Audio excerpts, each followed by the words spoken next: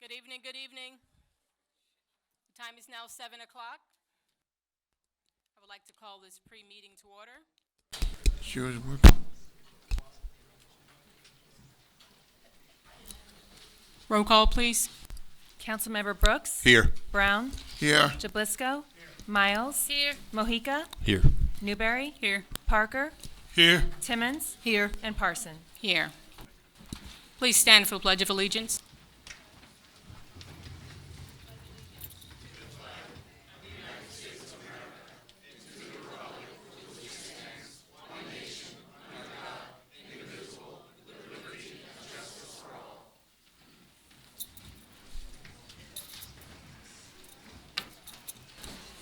Councilman Brown, would you please read the invocation? Yes, Council President, thank you. Attention, please. May I please have your attention? Please proceed. Heads bowed. Heavenly Father, you are a community of persons. In your mercy and grace, we gather to chart a course for our community. Give us the unity of heart and mind to consider the tasks and the challenges before us today. Send your spirit of insight to open our imaginations to prepare to what lies ahead. May we trust and share our convictions with enthusiasm. This we ask in your name. Amen. Amen. Ms. Capone, would you please read the open public meeting statement? Notice of this meeting has been sent to the official newspapers, and adequate electronic notice has been provided in accordance with the Open Public Meetings Act as required by law. Thank you. At this time, we will have a presentation from our CFO, Frank Ruggiero.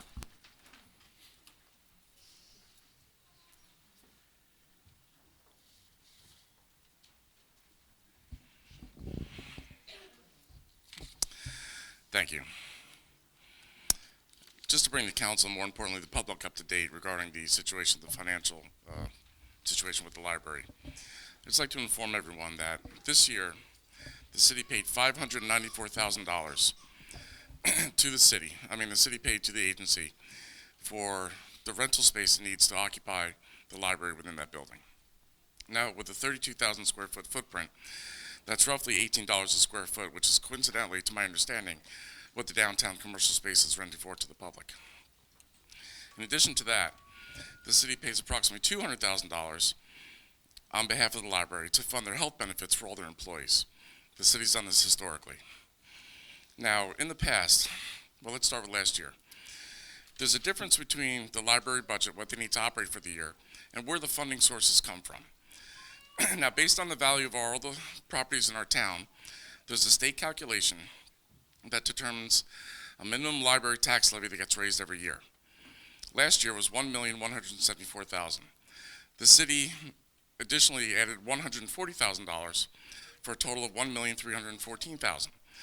The library was that was enough money for the library to operate, in addition to the surplus they had on hand. Now, I've spoken about the surplus in this form previously.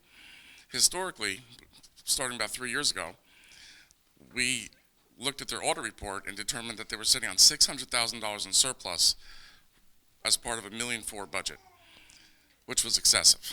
So we sat with the director and decided that instead of the operating budget being $1,473,000 at that time, we would deduct $400,000 of their cash surplus, fund them $1,073,000.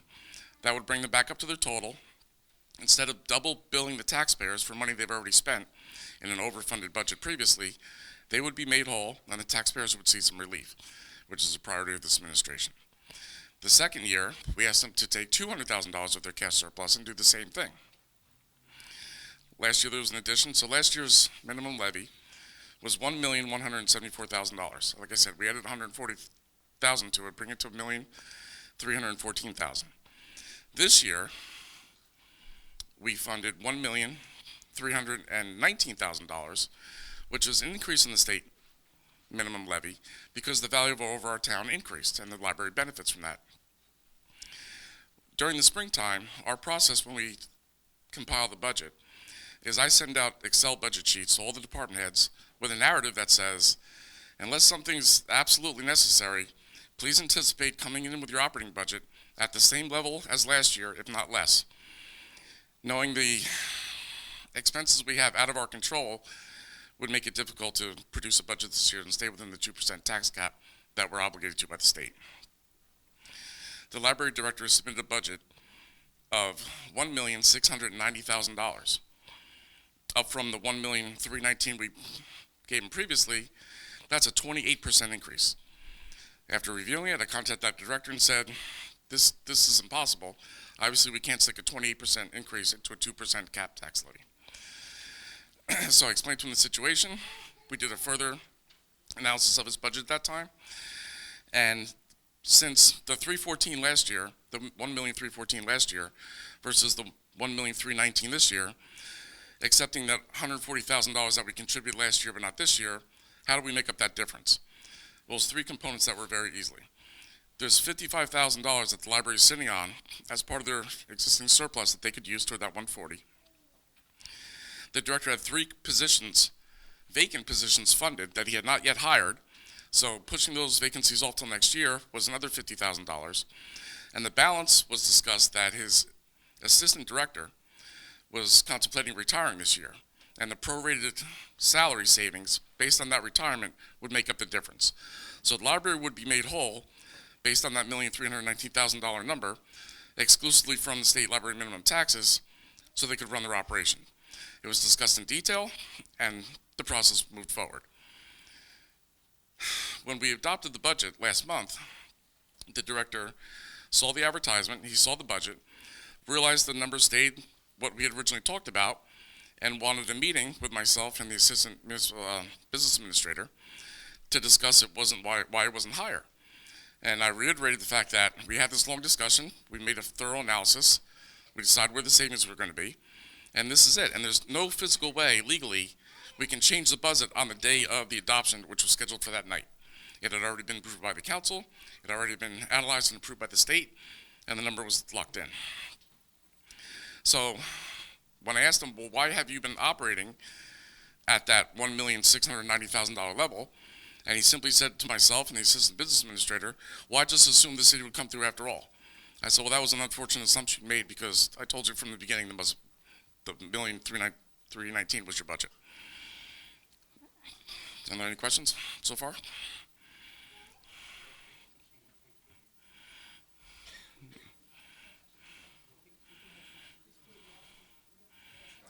To the council. Any questions for the council?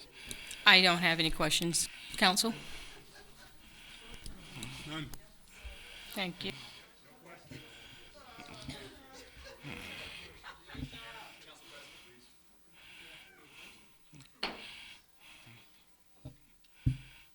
I'm sorry, Councilman Jeff Brooks, Carson? do you have a question? We're That was good. it? Thank you. Thank you. We're going to move forward. Do we have any communications from the mayor? Yes, thank you, Council President.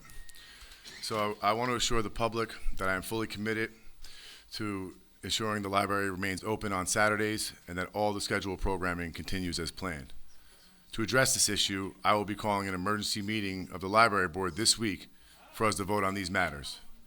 As the CFO just pointed out, the situation, now, we have to keep decorum. Everyone will have their opportunity to speak. It is my turn to speak, so I ask you to show the same respect that the council and myself will show you. Thank you.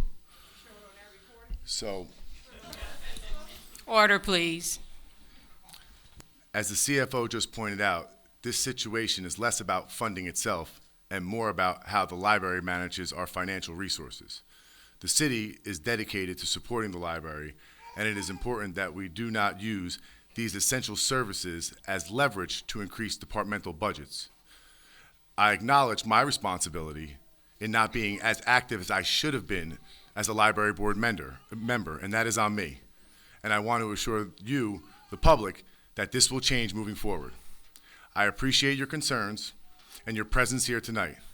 I look forward to working with my fellow library board members this week to reverse the decision and to make sure that the library and the programs remain open for the public to enjoy and utilize. Thank you very much, Council President, for the time. Thank you, Mayor. At this time, we're going to go ahead and move forward with ordinance on the first reading, starting with O3224. An ordinance amending Chapter 401 of the Code of the City of Rahway, Vehicles and Traffic. Let's make that Parker and Mojica. Does council have any questions or comments? O3324. A bond ordinance providing for acquisition of vehicles and emergency response equipment for the Rahway Fire Department by and in the City of Rahway in the County of Union, State of New Jersey, appropriating $600,000, therefore, and authorizing the issuance of $571,428 bonds or notes of the city to finance part of the cost thereof. Make that myself and all of council. Do council have any comments or questions? O3424. A bond ordinance providing for acquisition of an ambulance and related equipment for the Rahway Emergency Squad by and in the City of Rahway in the County of Union, State of New Jersey, appropriating $400,000, therefore, and authorizing the issuance of $380,952 bonds or notes of the city to finance part of the cost thereof. Myself and all of council. Does council have any comments or questions? Okay, we're going to go ahead and move on to resolutions, starting with AR 19324. A resolution authorizing the release of the right-of-way maintenance bond fee to Denise White for permit number 06-23-065 dated 06/19/2023 for Block 47, Lot 12, which is at 337 Rudolph Avenue.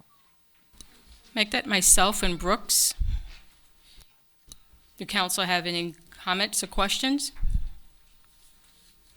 AR 19424. A resolution ratifying payment to B&W Construction Company for emergency sinkhole repair at the intersection of Union Street and Winfield Street pursuant to NJSA 40A:11-6. Make that Timmons and Miles, please. Does council have any comments or questions? AR 19524. A resolution authorizing release of a performance bond to Barbera Realty Group LLC and acceptance of a maintenance bond for 2077 US 1 North, Block 389, Lot 20, 22.01 and 23.01. Make that Brown and Parker. Does council have any comments or questions? AR 19624. A resolution to accept and receive a grant from the New Jersey Department of Health Office of Local Health for a sustaining local public health infrastructure grant. Newberry and Jablisco. Do council have any comments or questions? AR 19724. A resolution authorizing the refund of money due to the redemption of tax sale certificates for 2021 and 2023 tax liens. Myself and all of council. Do council have any questions or comments? AR 19824. A resolution appointing a municipal tax assessor for the City of Rahway. Myself and all of council. Do council have any questions or comments? AR 19924. A resolution authorizing the sale of unused or seized city property. Myself and all of council. Do council have any questions or comments? AR 224. A resolution authorizing a project amendment between the City of Rahway and Ingenuity Infrastructure LLC for additional professional engineering services associated with the Water Quality Assurance Program Test Pit and Lead Service Replacement Phase 2. Make that myself and all of council. Do council have any questions or comments? AR 20124. A resolution authorizing a contract with the National Auto Fleet Group for the purchase of a new traffic maintenance vehicle under the Sourcewell contract. Myself and all of council. Do council have any questions or comments? AR 20224. A resolution amending the calendar year 2024 capital budget. Myself and all of council. Do council have any questions or comments? AR 20324. A resolution of support and agreement for the Housing Authority of the City of Rahway to submit a community change grant application to the Environmental Protection Agency. Make that myself and all of council. The council have any questions or comments? AR 20424. A resolution for the purpose of a 2006 American LaFrance 110-foot ladder truck under Woodbridge Township for the City of Rahway Fire Department. Myself and all of council. The council have any questions or comments? These resolutions will be added to consent agenda for the September 9th regular meeting unless any council member wishes to leave an item off the consent agenda. Does any council member wish to have a resolution removed? Very well, we'll move on. At this time, we're going to go ahead to miscellaneous. Looks like we have a block party 2407 for Ebenezer AME Church for September 14th, 2024. Newberry and Brooks. Does council have any questions or comments?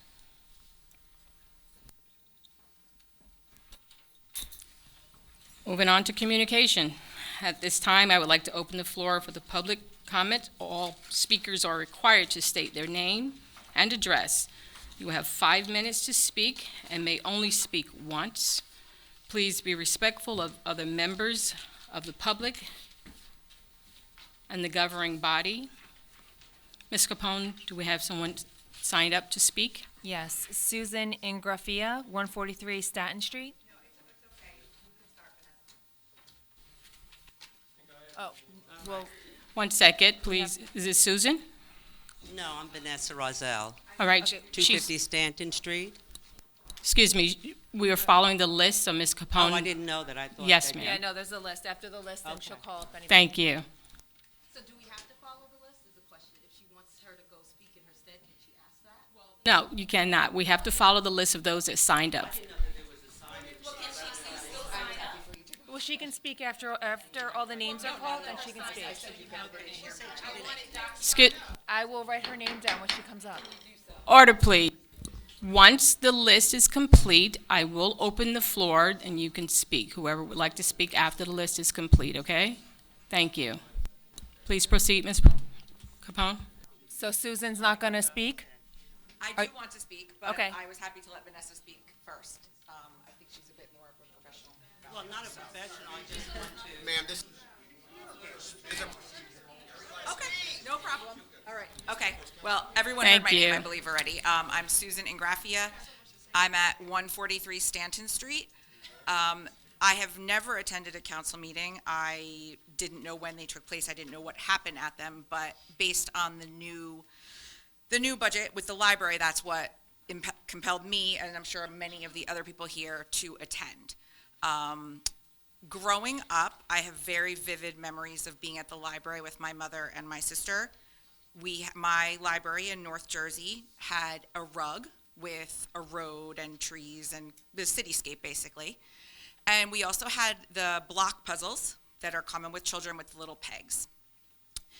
Much, much, much later, now that I have my own child, I remember telling my mother, I bought Emilio, my son, some of those peg puzzles. And look, and we also happened to have in my house one of these city rugs. I said, remember we used to do those at the library? And she said, yeah, we didn't have money to buy those toys for you. We went to the library to use them. That knocked me over. I had no idea. My mother went on to tell me that basically the reason that we went so much to the library as children was because she had a love of reading, which both my sister and I also developed, but also because that was one of the very few free activities to do with children. And now I completely understand where she was coming from now that I have my own child, because it's absolutely true. Everything costs a fortune, and the library is one of the very few community places that you can go to for free, entertain your child, but it's also educational at the same time. They have toys there that we don't have at home. They have books there that obviously we don't have at home. My son is 3 and he already loves to be read to. His vocabulary is through the roof because of being read to, because of visiting the library and taking out books constantly. He asks to go see Miss Liz, the children's librarian, and see what project she's going to have for him. And then my son is 3. Those are my things that we do together. Completely on the side is for the older children that really need the library for studying, for internet. And it's the Saturday and the evening hours that are exactly when they need it. They're in school during the day. The working parents are at work during the day. We need this after school and evenings and weekends.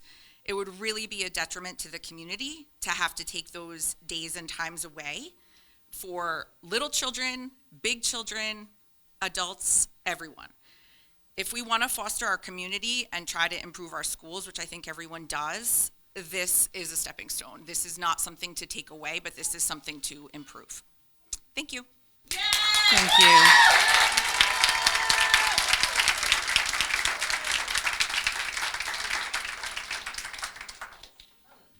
Justin Tupick, 1219 Georgia Street.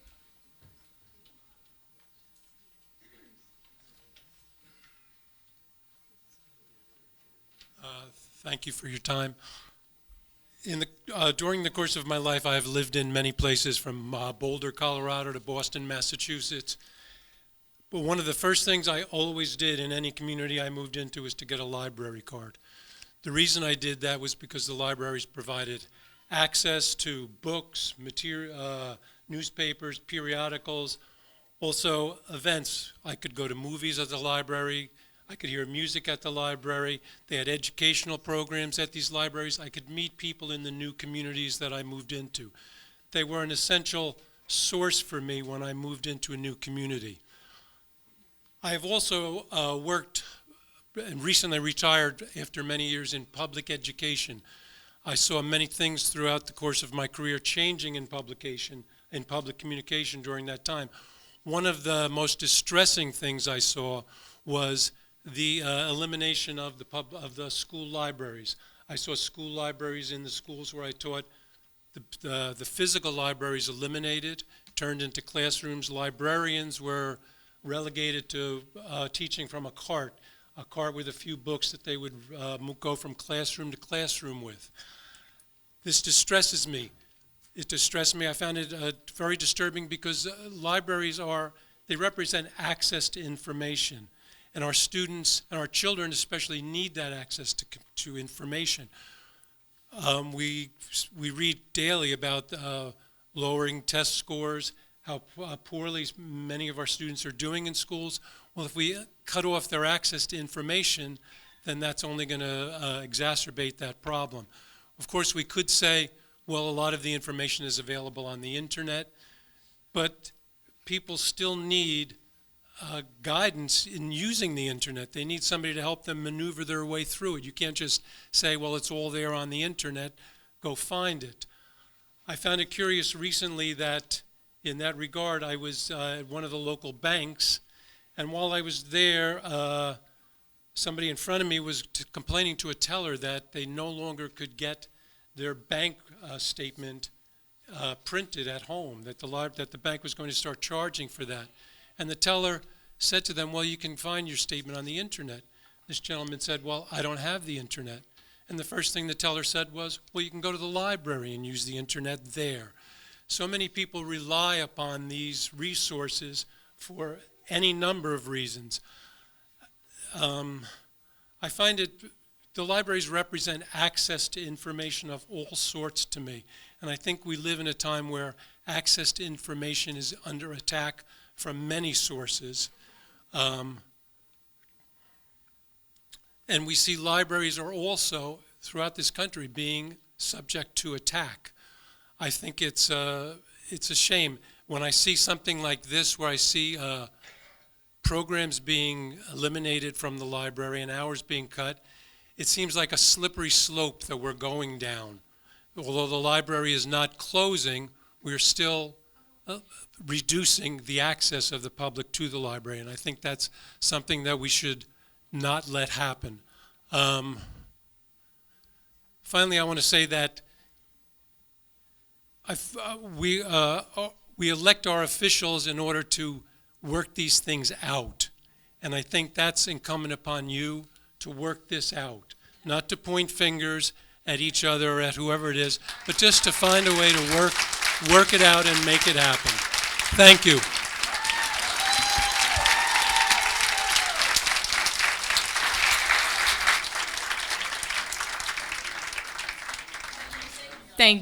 Thank you for your comment.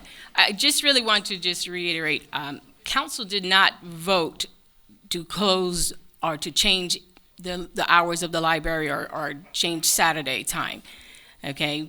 That was totally out of our control, but as the mayor mentioned, he will be meeting with the board this week, so hopefully we can try to get this resolved, but that was not council that voted on that, just so we're clear. And Council President, I'd Go ahead, Mayor. I'd like to also reiterate. Order, please. Order, please. The mayor was saying something, so 1 second. I would just like to reiterate to the public that I am committed to not closing the library on Saturday or canceling any programs. I plan on meeting with the board this week, and I assure you, as long as the board is cooperative, there will be funding there to continue staying open on Saturday. And Order, please.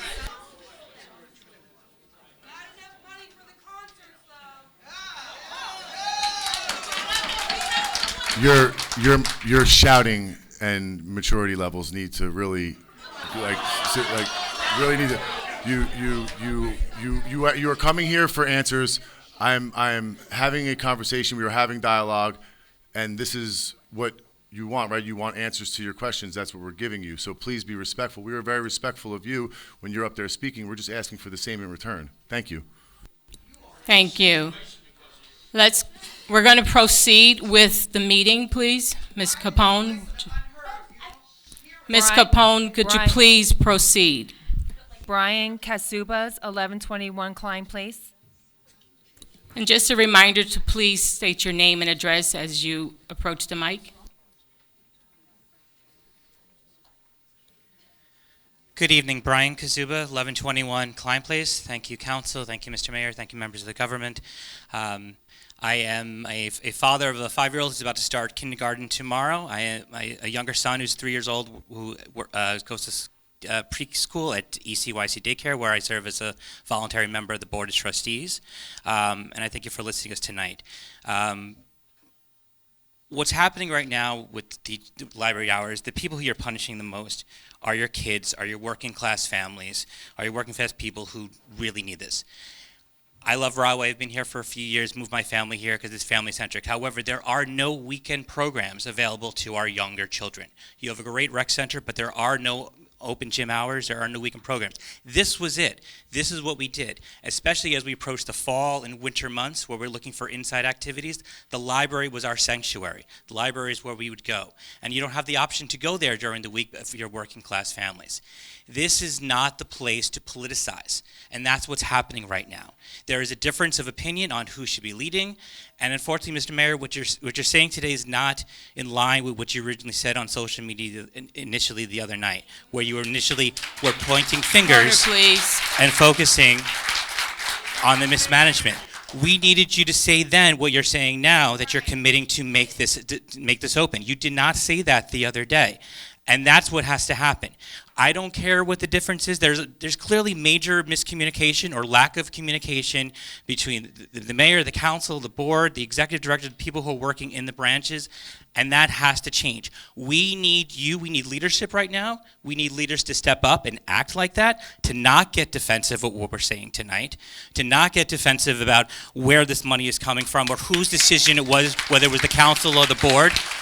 We as constituents just need our duly elected leadership, whether the council, the board, the mayor, to come through for us right now and not politicize these libraries. We need you to listen and not just speak.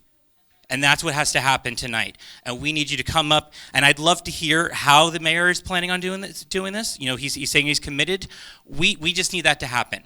And it doesn't matter. And if it's dollars or cents, this is not the hill to die on, because you're hurting your constituents who need this the most. Thank you. Thank you.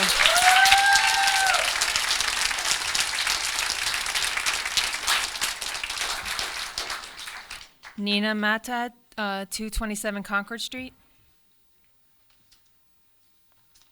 Hello, and thank you.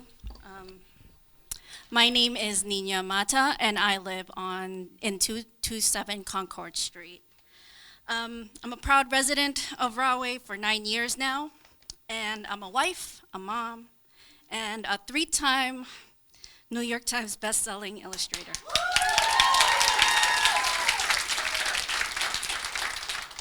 Sorry, I'm getting emotional. Which wouldn't be possible without the invaluable support and resources provided by this specific library. And I'll get into that in a minute. To tell you a little bit about myself, I grew up in New York City, and as a kid, I wasn't the best student. It's like, in fact, by the time I was 16, I had unofficially dropped out of high school. And every day, I wandered the streets of the city trying to pass time until my parents left for work. With nowhere to go, I would often find myself at the library. It was at that time of my life where I taught myself Shakespeare. I explored authors from Plato to Judy Blume. Even a librarian introduced me to Robert Frost and The Road Not Taken, and then showed me where the section where they held information on different types of careers, which I'm forever grateful for. And since then, libraries have become my sanctuary, a place of hope and direction. Fast forward to 2015, when my family moved to Rahway, we were miles away from anyone we knew, at least an hour away from our village. We moved here because we heard that Rahway had a thriving art community, and I wanted to be a part of it. Only I didn't know how to meet anyone because I was a stay-at-home mom, and again, I was raised in the city, so I never learned how to drive.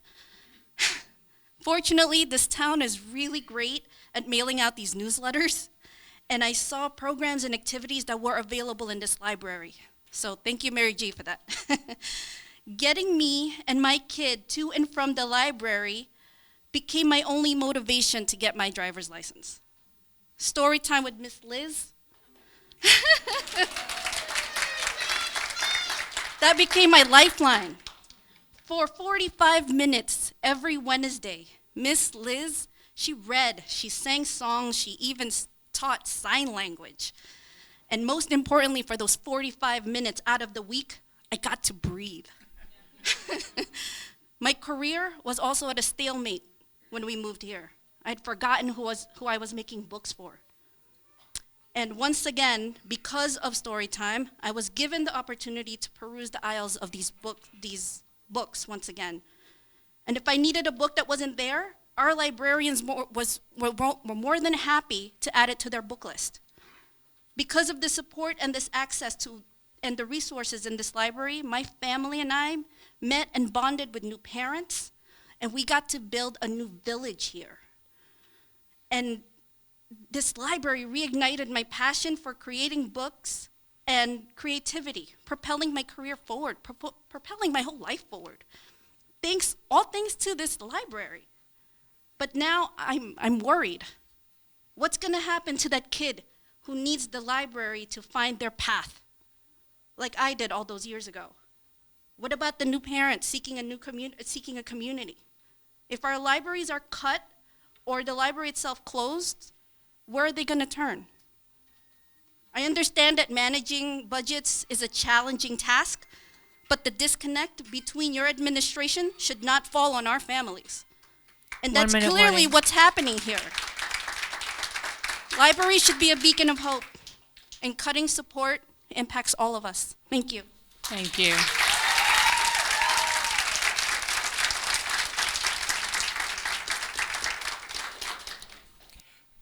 Beth Badinelli, 1245 Main Street.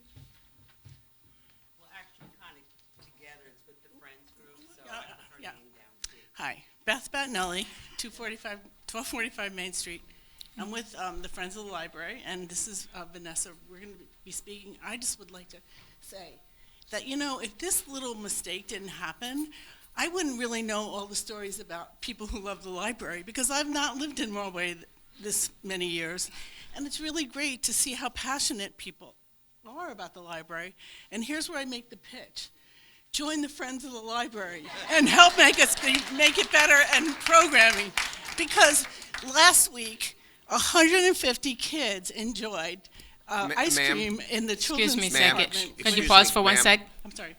You're addressing the council. Oh, I'm so sorry. So please Yes. don't turn Thank it back you. to them. Oh, and I'm so address the sorry. I audience. Thank you. apologize. I really apologize.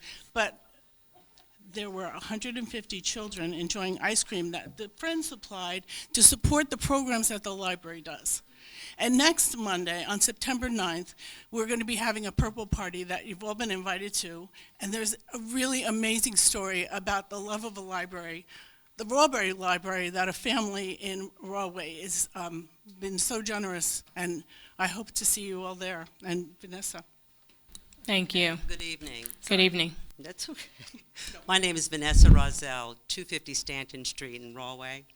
My experience with the library goes way back. I was there on Central Avenue, and on Central Avenue, that's when I was invited to be on the board. I was on the board for 26 years. And that was the best thing that ever happened to me in Rahway. And I had the privilege of working with the community, working with Mayor Kennedy, working with the board to make sure we have the library that exists right now. So when I heard about these changes, of course, I needed to be here to speak about it. It is good to know that we are going to be open on a Saturday, and we will have the same hours and the same programs and materials. The hours are essential because I was looking at libraries in Union County, and 14 of them are open on a Saturday, and most of them are open in the evenings. There's only one that was not. So it's important that we are going to uphold that, and that has been changed.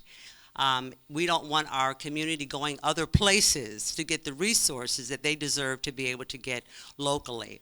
It's important that the programs are going to be restored. We have some of the excellent programs. And please, council, we always send information to you to invite you to our programs. Please come. This party next week is going to be the bomb. So make sure that you come and you see what we do, because it's people who are committed to make these changes.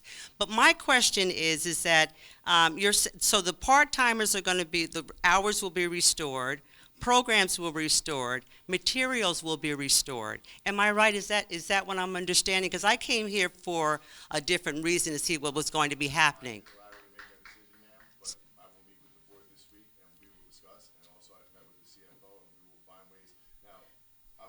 Okay, because I'm just concerned that if it's going back to where it was, or maybe even better, because the Friends are always trying to make the library better than it already is.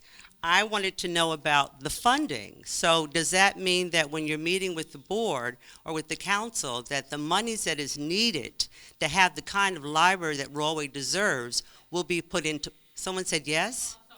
Okay, I mean, I'd love to hear It's that. audience participation back there. No, but that's, that is really the point. The library is very dear to me. I take pride in the library. I'm in the library all the time, and I know how hard the staff works to make this library happen. And if you want to see for yourself, come over to the library. You can email me. You can contact people at the library. Come over to our program to see. And then that will convince you that we don't need to have any kind of changes in the library at all, because we all want to make the library better, right? All right. Thank you. Thank you, ladies.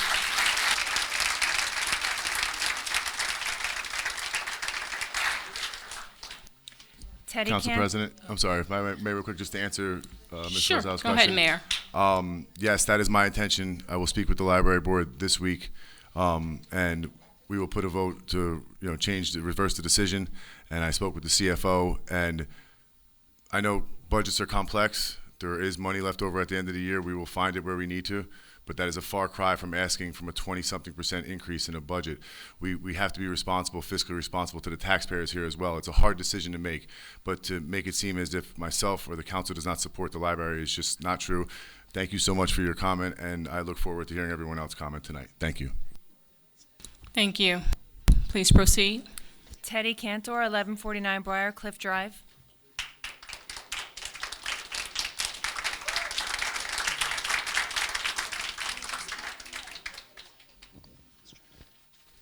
Good evening. My name is Teddy Cantor. I live at 1149 Briarcliff Drive. I'm 11 years old, and I'm here because of the funding issues at the library. Now, a little thing about me is that I love the library, and I go there every day to help and hang out.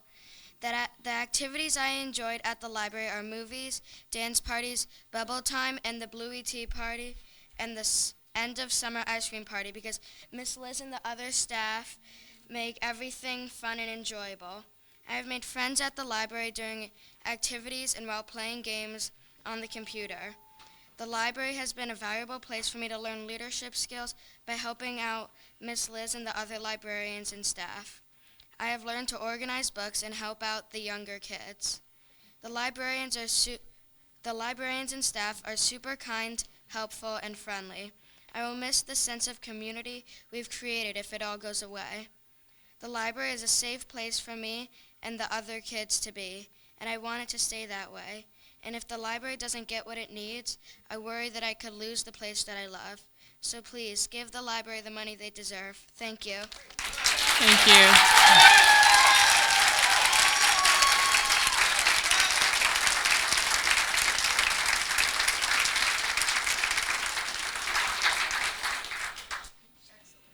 Layla Lloyd, 171 Iva Street.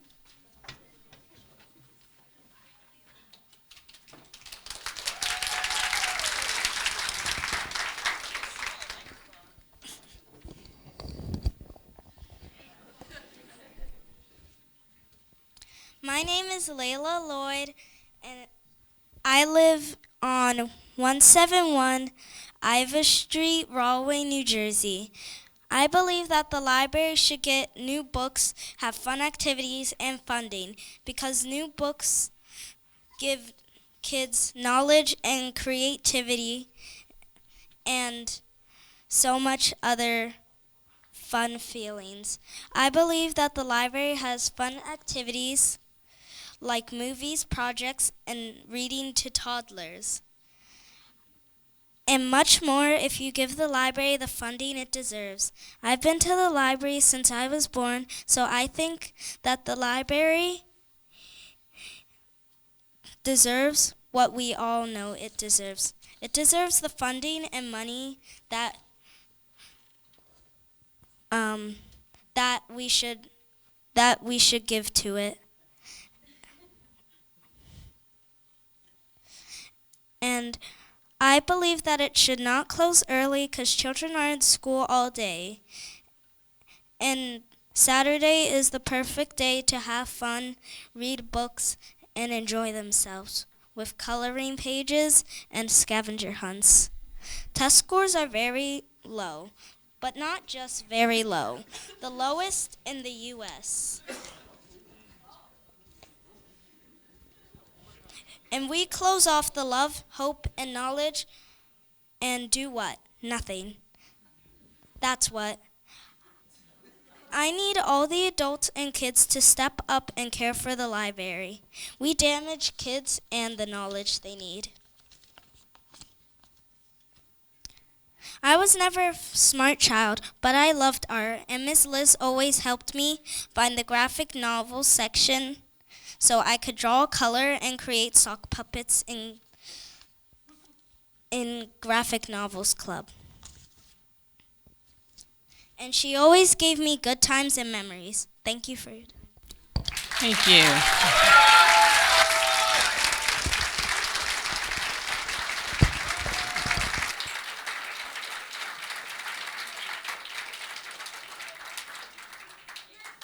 Very good, thank you. Ms. Capone? Hello. Oh, I think you have to turn it on. Maybe it got turned off. There you go. Hello, I'm Kashila Lloyd. I live at 171 Iva Street, Rahway, New Jersey, and mother to that amazingly smart young girl who wanted to write that herself. I am not here to talk about why the library is important. You've already heard that from my daughter, but I do want to talk to the board and hope for you, this is a great reminder for you of why you didn't know about that until today. You know, I totally understand the budget concerns, but the fact that this did not happen overnight, and there was ample notice and ample a knowledge around these concerns, particularly if we say, Frank, we already provided that background for the council. So why was the council unaware? Why hadn't the council been able and the mayor to step in prior to these changes being made to really fundamentally? So I really want to ask each of you, right, to really think about what are you doing to understand what's important to the community? What are you doing to understand what's important to your constituents? I shouldn't have to be here to tell you why the library is important. I shouldn't have to be here to tell you that the library is already not open on a Sunday, or that this is what the funding would mean when the budget was kept flat, right? Or that there are already 4 vacancies that are going to stay vacant, and that's the suggestion. Or that even the fact of the matter that while the decision is not yours, we all know purse strings matter, and we all sit in home and manage our own home budgets, and we understand even though I don't make decisions, if my company changes my payment salary, I got to change some decisions, right? And they're not necessarily responsible for those decisions, but they definitely impact. And your decisions make an impact. They make an impact on everyone here, on this community. And you need to weigh that very heavily as you sit in those chairs and you make decisions and you approve budgets that are definitely inadequate and not understanding the full consequences of those budgets. Because that's really important. And that is part of what we elected you to do here. So while I understand that there's communications or there's issues, but it shouldn't have to come to this. It shouldn't have to come to her coming out here and me having to tell her that her library won't be open in the evening or they won't have Saturday hours. And she's scared about that. She shouldn't have to worry that Miss Liz is the only person that in the library that she can talk about. There should be more, right? There should. And the reason why there isn't is because we're sitting here with 4 vacancies. And the suggestion is let's keep it that way. Really? Let's keep it that way? Is that how we really feel? Is that how you really think about it? So I ask each of you, I don't know how many of you have kids, young, old. I don't know how many of you have even been to the library. But go. Go. See what's in there. Understand why it's important. Understand when you put, 1.3944 is okay. What does that really mean in people's feelings, bodies, budgets, things? Because it has an impact. It has a real impact. And you need to remember that. Because what do we want? When do we want it? Now. Thank you.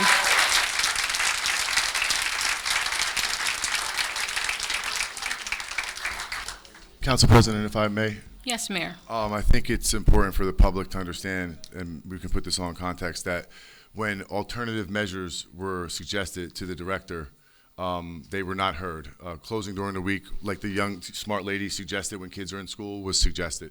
There were other ways to try to help, fill the gap. Those were ignored, and his response to those suggestions were, that will not get their attention. So the director utilized these programs and staying open on a Saturday as a leverage, I guess you can say, to try to increase his budget. And so I think that is wrong. Let's be respectful. I think that is wrong because if the money that was allocated was properly managed, he would have more than enough to get through the end of the year. And like I stated before, that if there is any shortfall in order to keep the in order to keep the library open on Saturday and continue the programming, the city will find ways to cover it. That is a different number than a 20-something% increase, and we have to stay within 2% in our budget. So, once again, we fully support the library. I plan on continuing to work with the library board to rectify this matter and make sure that the library has proper funding moving forward, but also make sure that the library is properly utilizing their funds moving forward as well. Thank you. Thank you, Mayor. Was that to my comment or was that to you all? That was the board. I addressed the council. Okay. Thank you. Please proceed, Ms. Capone. Lisa Ferrero, 97 West Cherry Street.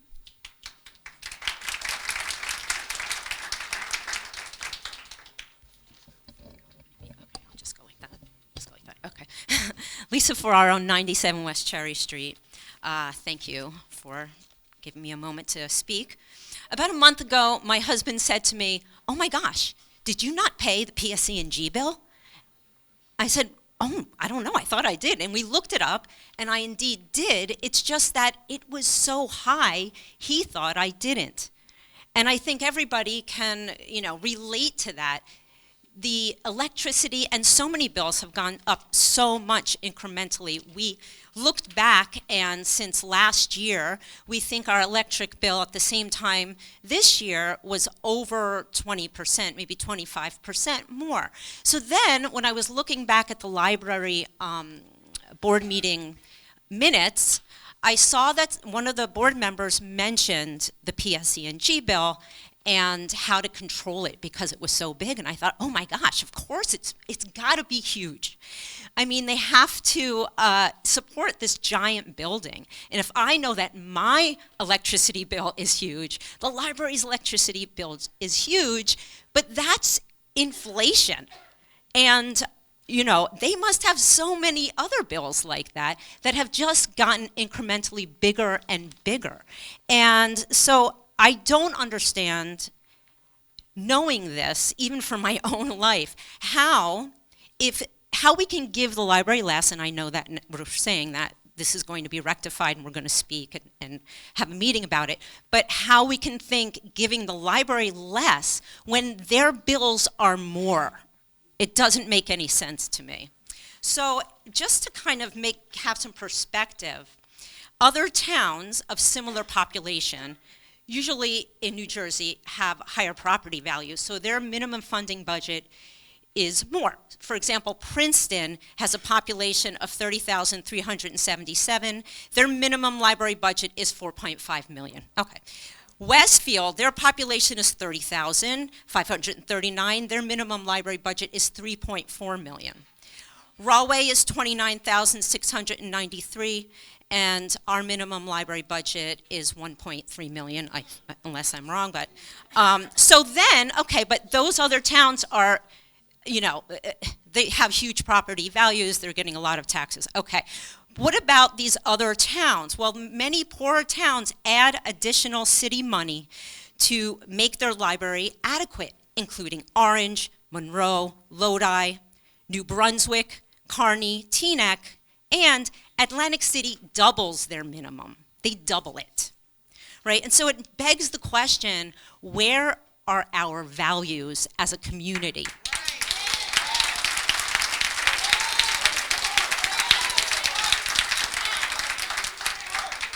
We actually have the money. If you look at the budget, I mean, I'm not an economist, but we have the money. Other departments are getting raises, but the library got cut.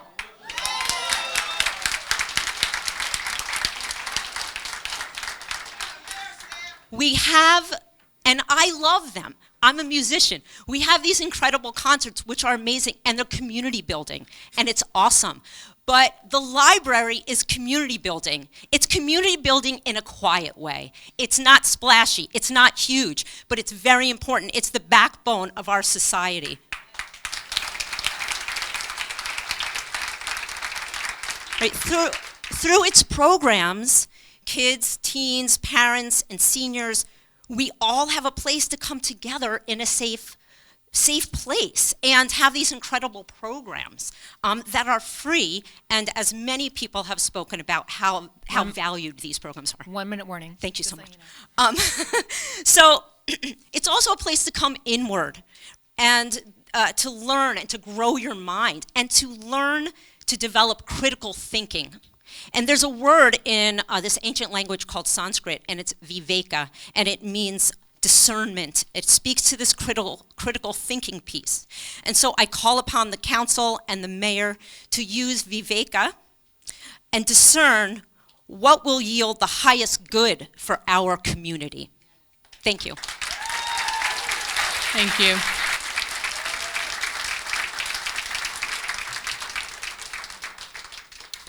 Alan Levy, 254 Oak Street.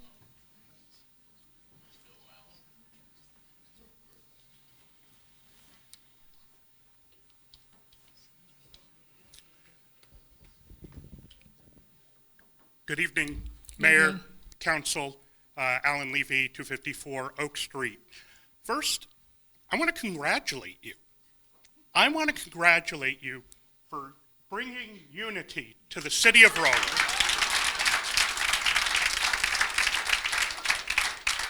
Have you ever had a pre-meeting with this much attendance? Just think how much the attendance will be next week at the regular board meeting. And I want you to look at this crowd and acknowledge you motivated them. You did this. Not me, not your political opponents. You did. How many people here, by a show of hands, are at their first ever city council meeting? You did this. You got people motivated to speak their minds and express their condemnation and outrage at the city government.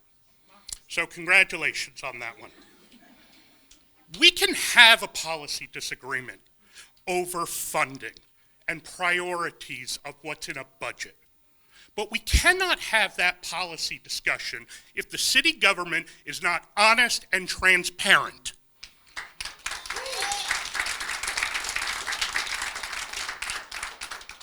Much to the chagrin of my wife, I'm a registered Republican.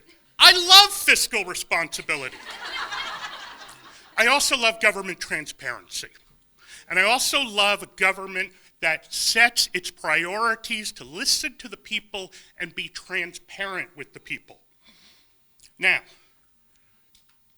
right now, in past administrations, the library was actually funded well above the statutory minimum set by NJSA 40:50-8, which simply says for every $1,000 in property taxes, you have to spend 33 cents on the library. That's the minimum.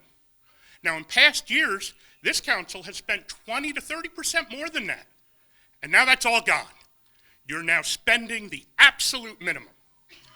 Okay, let's have a policy discussion on whether or not that's appropriate, whether or not city concerts are more important, or whatever policies. We can have that good faith discussion. But what we can't have that discussion is,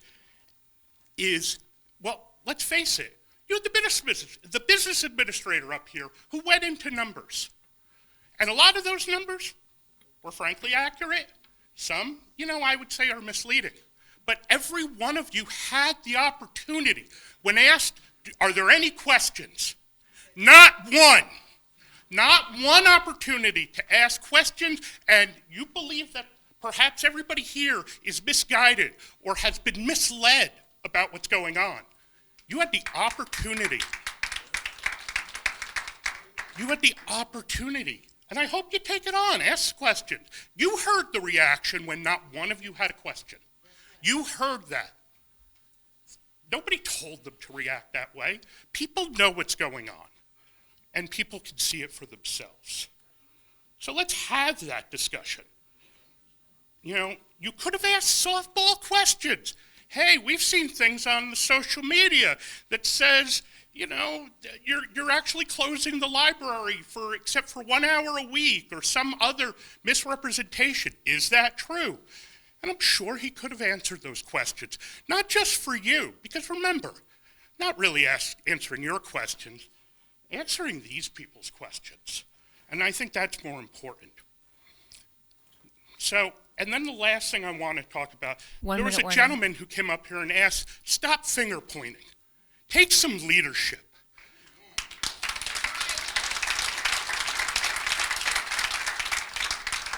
And how did the mayor react?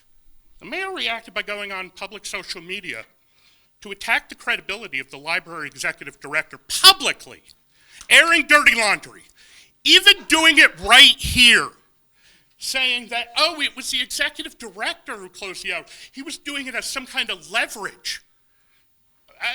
I don't think he convinced many people here. And you know what? It might be true. Maybe it's true. Maybe he's the worst executive director on the planet. I don't know. I've never met the guy. But there are policies and procedures to deal with that. Use the policies and procedures under the law.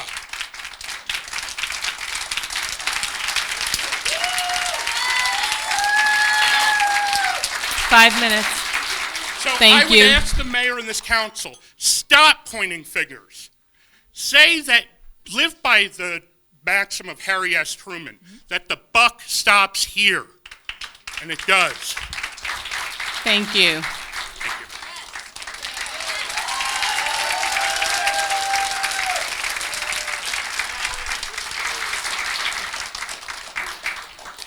Lisa Vanderveer, 254 Oak Street.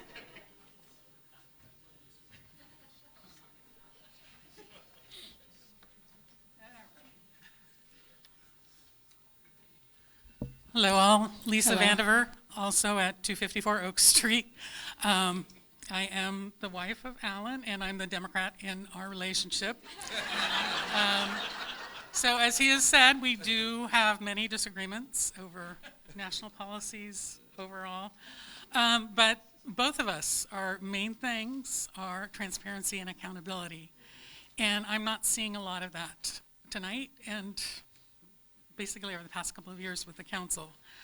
I'm disturbed that when I reached out to my council person, they said that they weren't aware that the city was only doing the bare minimum for the library budget.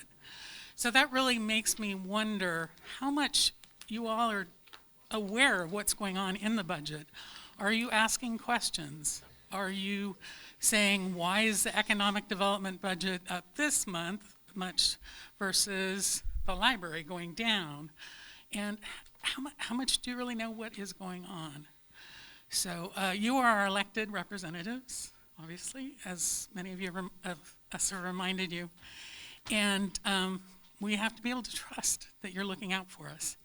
And clearly you've upset that trust. I am also concerned by the mayor's suggestion that he's going to go in and just fix everything via the library board. This has been caused not by the council cutting the actual hours and such. It's because you have cut the budget that they have to work with. And you have not given them the room to operate in the way they need to. And it seems, going back years and years, that much of this trouble has stemmed from a disagreement over a hiring decision back in 2020. And I know some people have seen it there's a video going around of questioning of the board at the time, and it seemed very apparent that these cuts are vindictive in nature. So I'm worried when the mayor says that fixing everything is going to depend on the cooperation of the board. What does that mean precisely? And will the council be taking part of this and asking the questions you should be asking?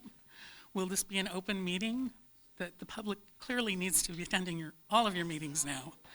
So with that, I thank you for your time, and we'll see you next week, I guess. Thank you.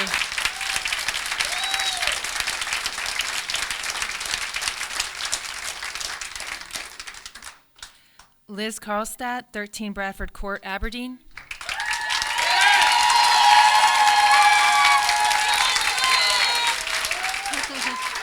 Thank you. Hi, my name is Elizabeth Karstadt. I live at 73 Bradford Court in Aberdeen Township. Hello, Council. I'm known around Rahway as Miss Liz. I've been the children's librarian at the Rahway Public Library for the past 10 years. I've also recently been honored as an unsung Rahway rock star, along with several other women, thanks to the Rahway Social Justice Commission. I woke up Saturday morning to the disparaging remarks made by Rahway's mayor on Facebook regarding our library director, Ian Sloat. I was shocked that the mayor would make these false claims, and I wanted to speak up to you, the council. From the start, Ian's position was not easy. In 2019, the library experienced a sudden and traumatic loss of our director, Gail Miller. Though our assistant director stepped in, the staff quickly had to then deal with COVID. During COVID, our part-time staff had their hours reduced by 19%, and a few took voluntary furlough. Stepping into that would have been challenging for anyone, but Ian came in and was able to be the leader that we needed. To say that our budget crisis is due to Ian's incompetence and poor management is simply false. Ian has kept our library open for the past 4 years, despite a consistent lack of funding and runaround from the city regarding our budget. He has sought to enact policies and changes that benefit the Rahway community, including some of our most vulnerable populations. He led the board to eliminate overdue fines for patrons. He worked with the school district to host a wildly successful ESL parent education program at the library during the spring. He helped us get the summer feeding program in place, which provides free meals and snacks to kids. And he did all these things and more for the community without receiving any accolades or posing for photos, because that's just who he is. And now, to do all of this for 4 years and see the mayor of the town you work in publicly humiliating you. If he should leave, how will we ever get a competent and qualified director to take the position? Library colleagues all over the country have been sharing our story and are as equally horrified as myself. I think the mayor should leave the business of running the library to the board that he himself appointed. If the mayor has an issue with how the director was directing, he needs to go through the proper channels as one vote on the board and not create a hostile work environment for the entire library staff. My fear, however, is that the city does not want the best for the library. They want to bully us instead of letting the trustees do their job or to replace Ian with one of their friends. Additionally, to add, the mayor and the council received notice in advance on 8/19/24 that without additional funding, the library would have to take these drastic measures, and they did not respond. To me, it seems like a callous disregard for the library. Finally, I'd like to add that our budget allotment for 2024 is less than it was 10 years ago. With all of the rising costs and inflation, how would we ever be able to keep up? You say you want to keep the library open, and you will bully the Board of Trustees to try and get Ian out, and magically the funding will appear. I need the council to open their eyes and stop playing political games.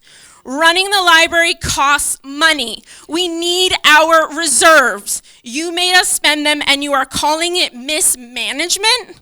No. Don't make us do this every year, because we will. I have no vote in this town, but I have a voice. And you, just like me, are accountable to these people behind me, the community, and they love the library, and these people will remember come election day. Good luck.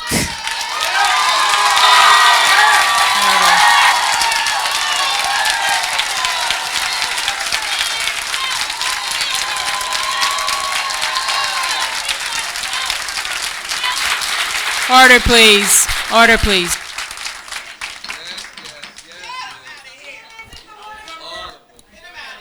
Order, please. Ms. Capone, please proceed. Arlinda Harris, 1425 Estabrook Avenue.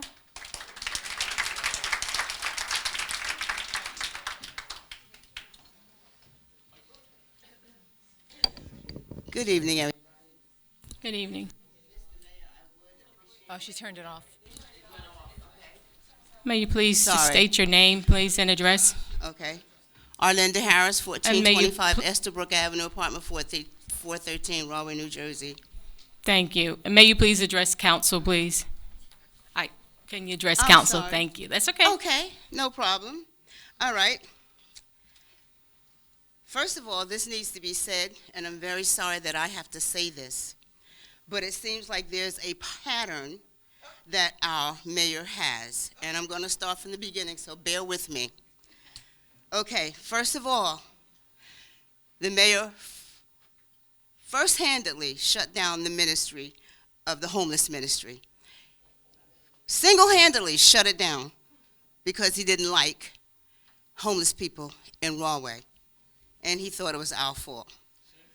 Second thing is because I went and voted against one of his team members, we had already, and I didn't even know this, we had already set a date for Seniors Got Talent, which we were doing every year before the pandemic. Set a date. He finds out that I'm voting for somebody else. He sends me a text telling me that, about, me coming against him and his team members. I wasn't coming against you and your team members, Mayor. This is a democracy. I wasn't coming against you. You were one of my guys. I loved you. But because I came against one of your team members, you shut it down. The day after the election was and you knew that your person had gained, you shut it down. you had Anthony call me and say, oh, the senior citizen, we had to cut the budget so the senior, so that my program couldn't go forth. Wow. That was very, very detrimental, and it was bullying to me. Okay, that was, it's a pattern. So I'm saying to you, Mr. Mayor, I've known you for a long time, and you know that. I've known you for a long time. My son coached you in high school. I loved you when you first got this job. But what happened, and I have to address the board as well. When it came down to these children not having a library, where's your backbone? Where's your backbone? You don't have the backbone to stand up to your mayor and say, no, that's not right? Why don't you? That's what a democracy is. Do you have children in the school system? Do you have children going to school? And you're going to let that happen? Because he don't like the director, like he didn't like the homeless ministry, that he didn't like the reason that I came against one of his constituents or council people?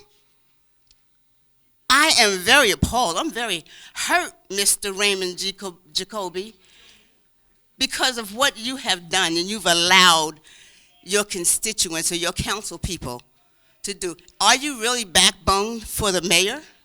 Do Rahway deserve better? Yes. Do you have, every time he says yes, do you say, how high do I jump, Mayor? Or do you say, I don't know if that's going to fit the Rahway people? Do you come against him at all? And this is why I think we need to change the whole council. If you're not going to stand up for Rahway against the mayor, or at least talk about it, what are you in your seats for? You get paid to fight for us.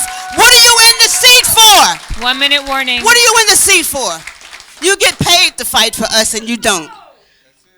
When I heard that you were coming against these children, the Rahway Public Library, my kids went to school in Rahway. Do you understand that the library is the heart of our youth's learning? And you're going to cut the hours? Cut out those entertainments on Thursday. Put that money there, okay? Put that money there. But today, I've been a resident of Rahway since I was born, since I came here.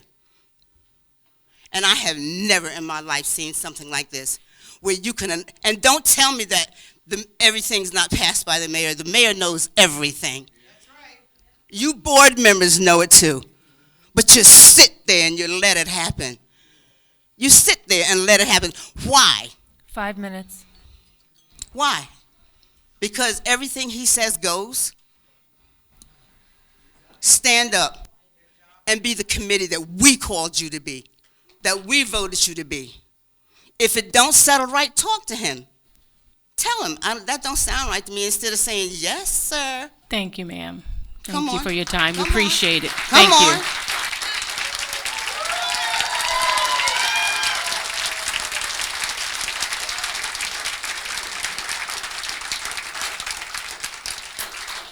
Just a quick reminder, please, when you come forward, please address council, okay? I really appreciate that. And be respectful. When whoever's at the mic, I should not really be hearing anything from anybody else in the audience. You will have your turn if you would like to speak, okay? Thank you. Please move forward, Ms. Gabon. Tanya Selga, 1360 Jefferson Avenue.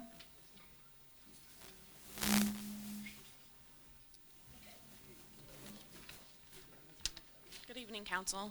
Good evening. My name is Tanya Saluga. I live at 1360 Jefferson Avenue.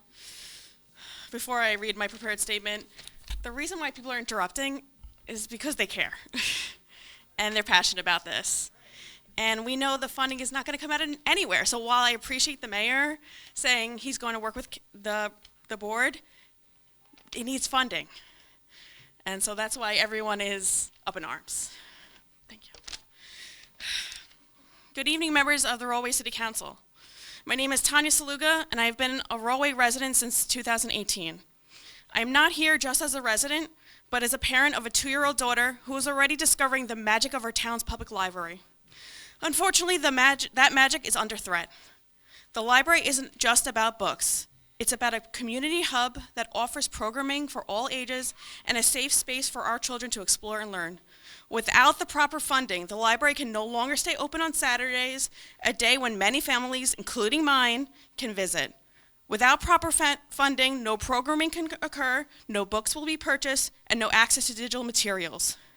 Without the necessary funds, we are taking away these opportunities from everyone, especially our youngest members who rely on these resources to grow and thrive. I urge you to consider the long-term impact of underfunding our library. Let's ensure it remains vibrant, accessible resource for all, now and in the future. For my daughter and for everyone in our community, please fund our public library. Thank you. Thank you.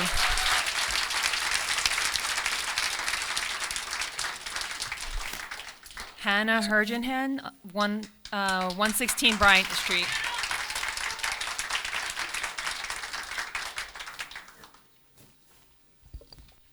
Good evening. My name is Hannah Hergenhan, and I live Good at evening. 1116 Bryant Street.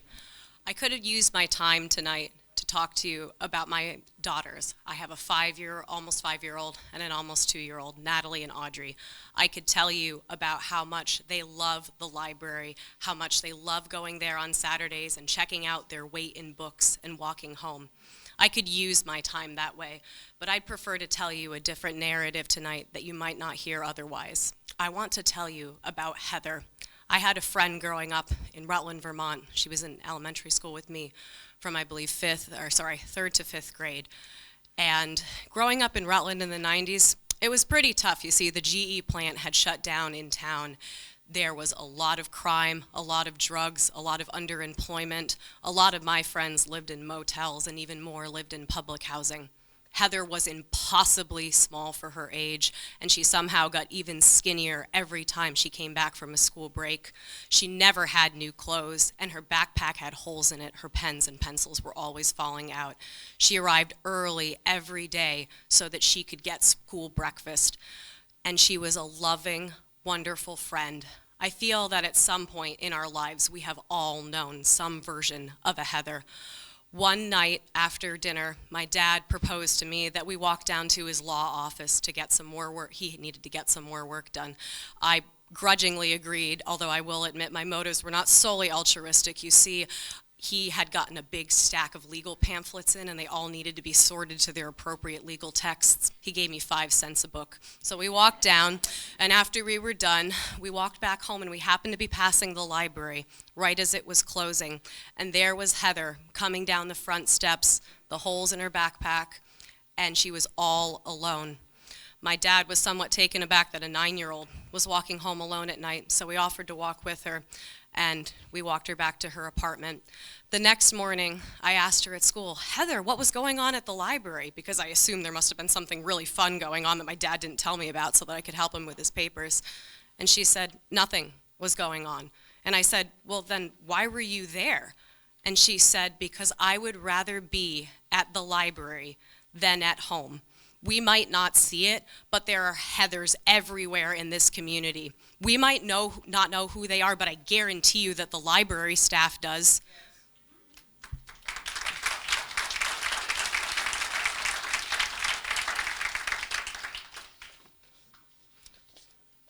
At 9, I don't think those words that she said to me carried much weight, but at 35, they absolutely do. We need the services of the library for everyone that came out here tonight, but we also need them for everyone that you don't see here tonight. The senior citizen who is painfully lonely, who looks forward to socializing at library events. The 12-year-old who gets bullied mercilessly at school, but is always welcome at the graphic novel club. The unhoused person who uses the library to get warm in the winter months. When you cannot find additional funding for those of us in the community with the fewest resources, you are not working for all of us.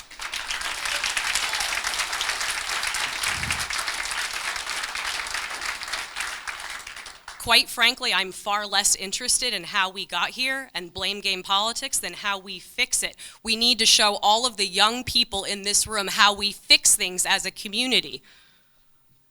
We need to fund the programming, and I'm glad that we've taken steps to do so, but it shouldn't have taken all of us showing up tonight for that to occur. It should have been something that was a given in our budget.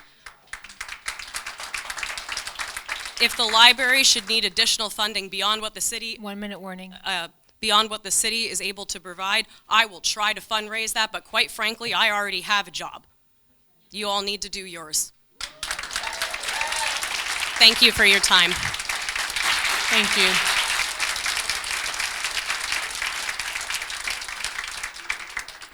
Howard Fulcher, 555 East Hazelwood.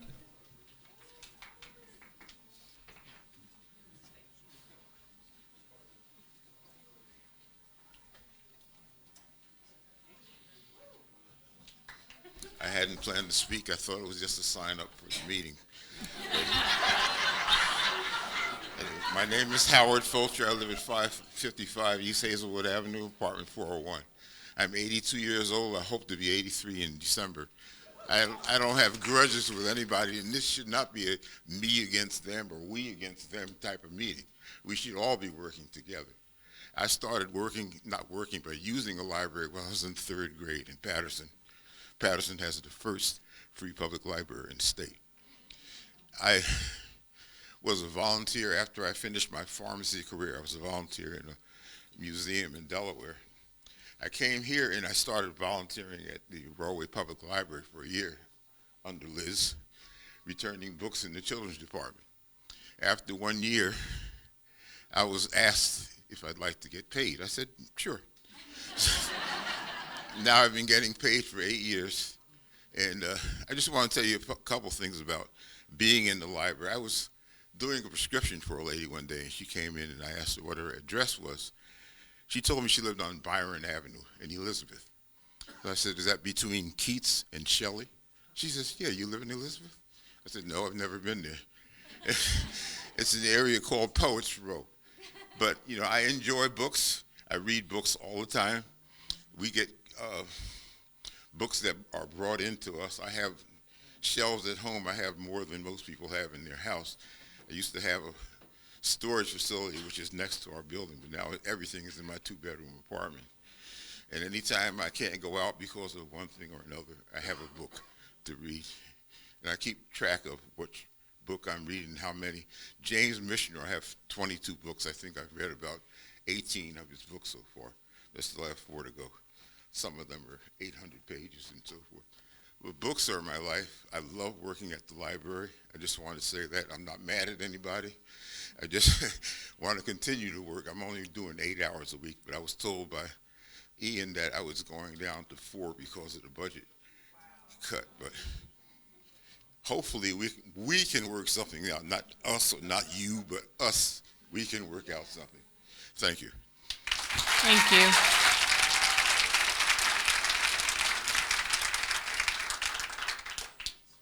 I have no more. No more. Okay. Thank everyone that signed up. We're going to go ahead and we will open the floor. If I have anyone that would like to speak, please step forward. Please state your name and your address, please. And please just remember to address council. Thank you.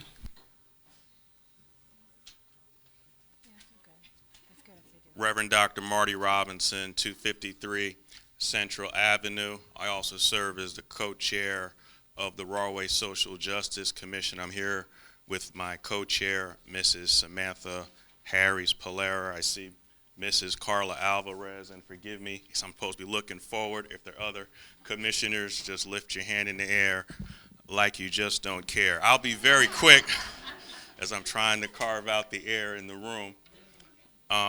Real quick, just have a comment and just a question for clarity. We have heard tonight the passion, we've heard the pain, we've heard testimonies from our beloved community.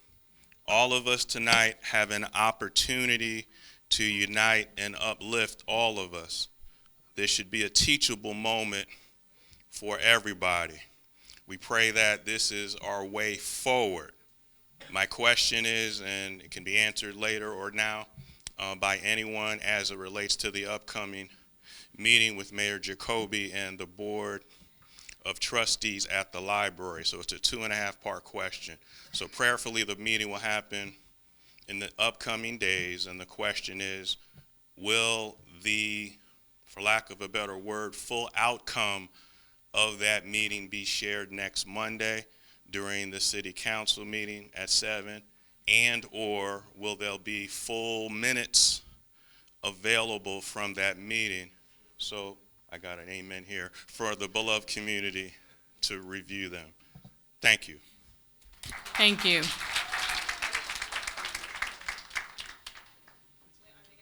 That's what I was going to answer. We'll get back with you, Pastor Marty. Good evening. Quanae Palmer Chambliss, 1227 East Front Street, Plainfield, New Jersey. Born and raised in Rahway, New Jersey, right in Rahway Hospital in 1969. I am the proud daughter of the late, great Shirley J. Palmer. Libraries, as I said on my Facebook page, libraries are the university to the poor person. After living in Edison, New Jersey, one of the top school districts in the state of New Jersey, I believe at that time they ranked number 49, I made a decision to homeschool my children. Why? Because in 1988, when my first child was born, 1 in every 4 black men was in the criminal justice system. In 1990, by the time my second son was born, that number went to 1 in 3. By the time my twins were born in 1992, in some cities, half the population of young black men were either in prison, on parole, on their way. And then we had the studies that showed the prison, right, the school to prison pipeline.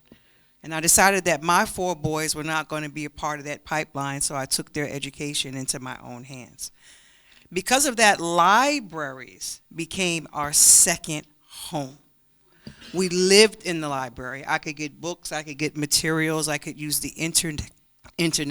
We could do DVDs, whatever we needed for their education, we were able to get it in the library.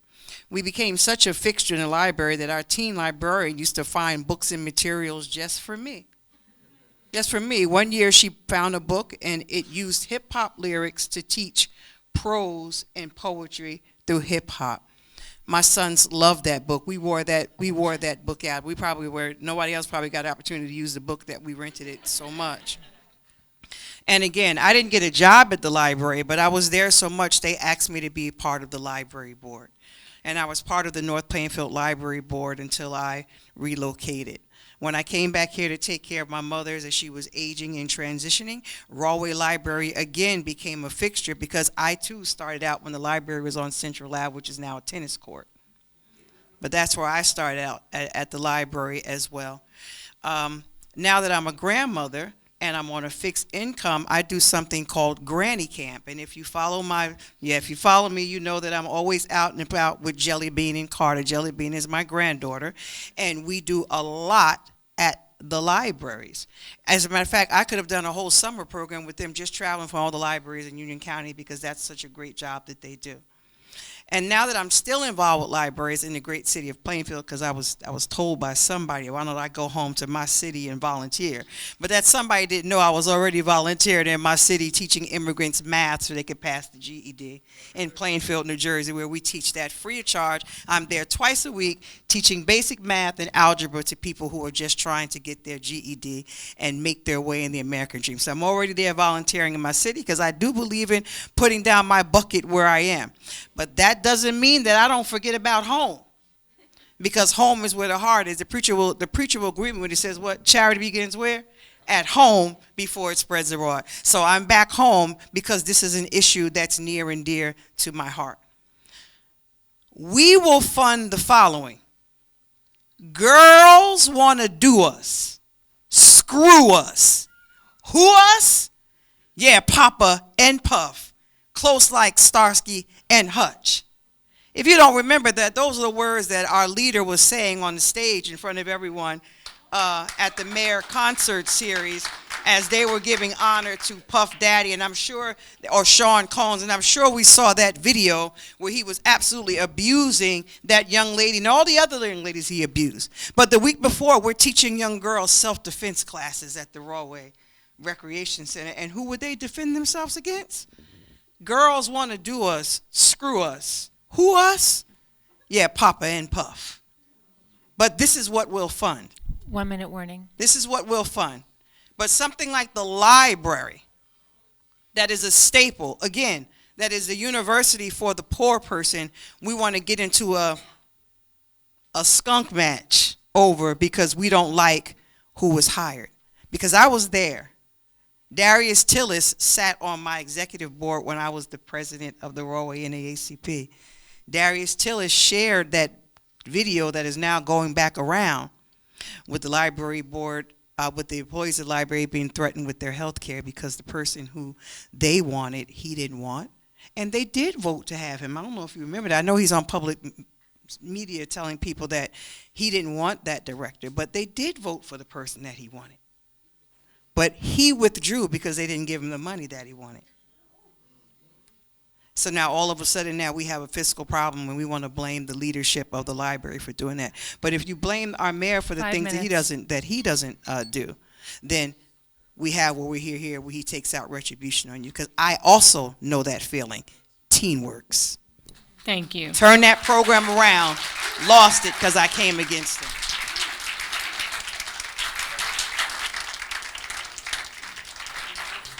Good evening. Good evening. Ron McCray, 840 East Hazelwood Avenue, Rahway. I'm here with several issues, and I know there's not enough time. There's too many people back here, but I'm going to address what I've been coming here to address on a regular basis. And it's a good thing this evening because prior to that, it wasn't that many people here. So let me say this now. We talk about responsibility, as you heard me say. And I want to start here, the rule of law. Does anyone other than the attorney understand what the rule of law is? You're in the positions, you are responsible.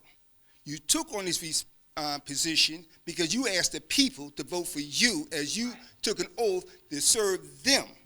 But you failed on a regular basis. Now, a couple of months ago, we had an earthquake with tremors behind, that was followed behind. What happened? Was any notices went out? Were the people aware of that? But everybody scattered, looked for shelter, right? They looked for the mayor, but no information went out. Right now, there's still tremors going on. Are you aware of that? No, absolutely not. You're not aware of that.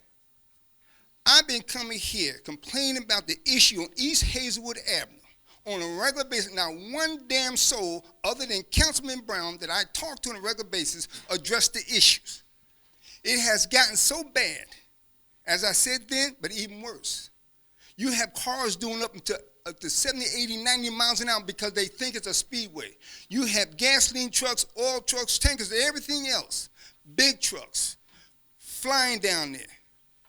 The mayor's responsible just like this council and everybody else. There's kids live over there. The reason why you haven't done that, because it's a minority area. So you really don't care. Because if you cared, you would have done something. Why? Because it falls under the rule of law of public safety.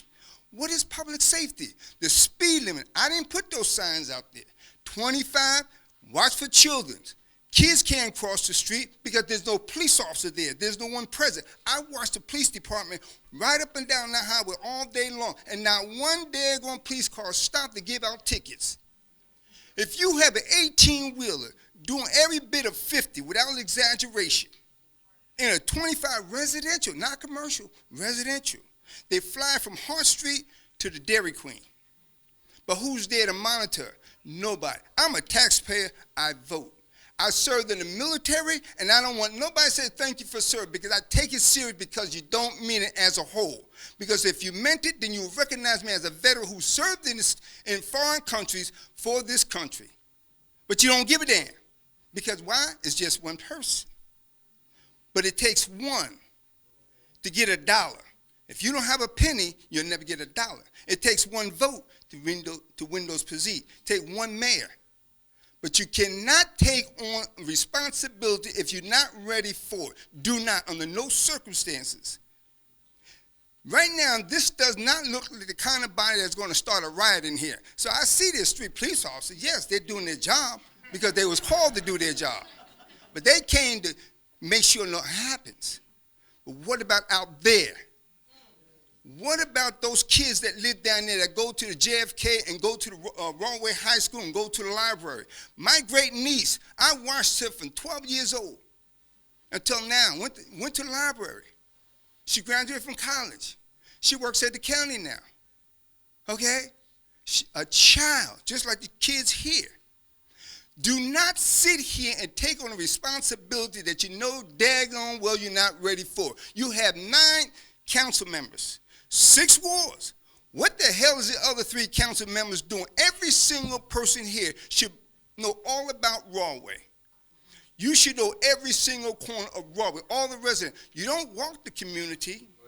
You don't have police officers walk the community. They don't ride a bike. I ride a bike to the park. 1 minute I almost warning. got hit twice by a vehicle flying across through the red light. I almost got hit because I was helping a healthcare who was with her client across the street. Everybody else stopped right there by Leesville.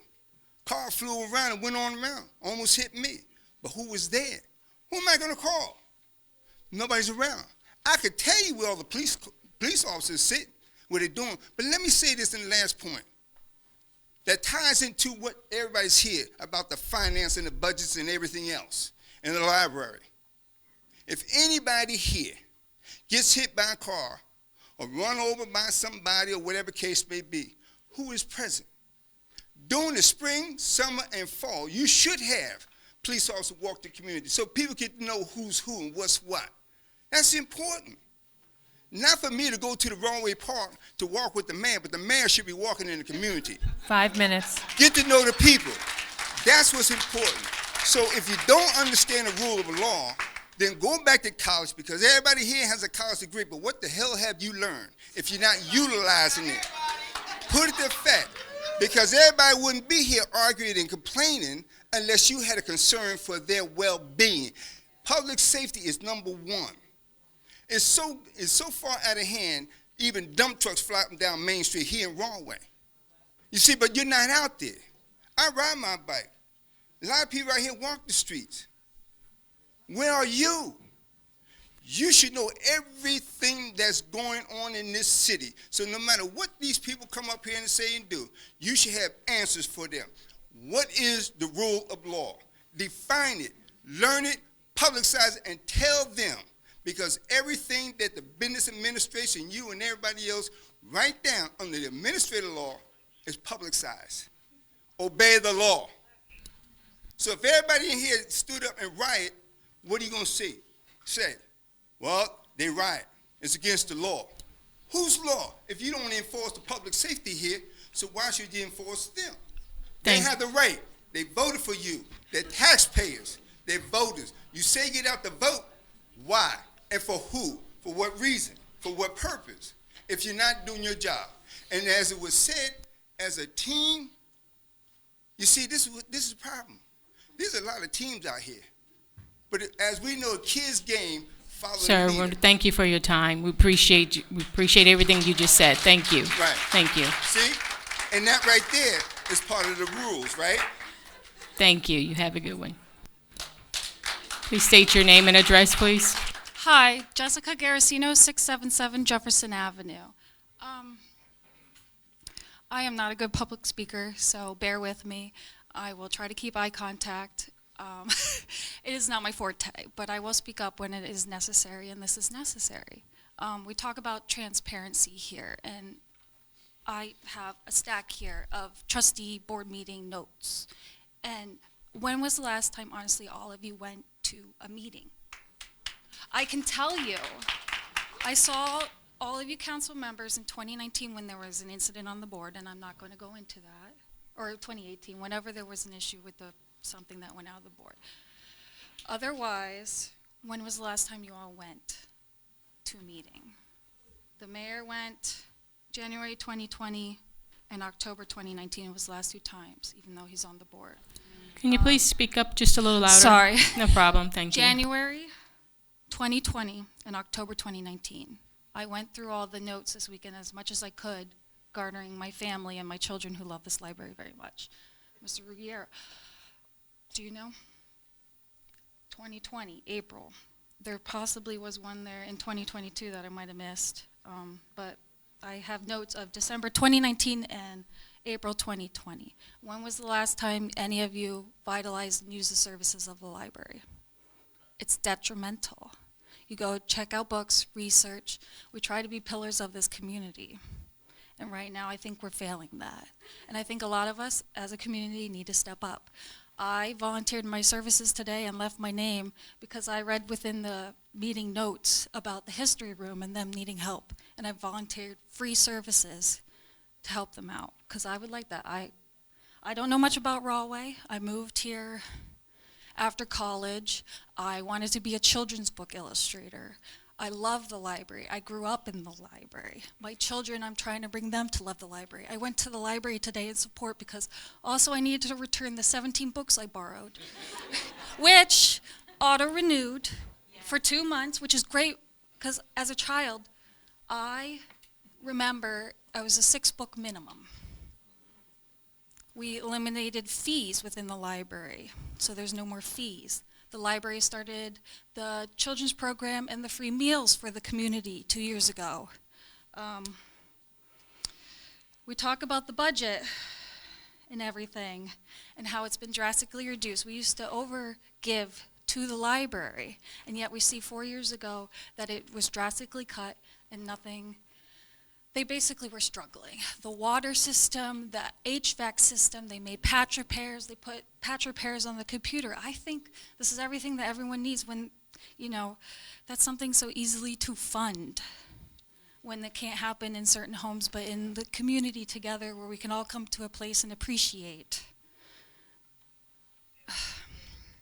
Sorry, I'm losing my train of thought.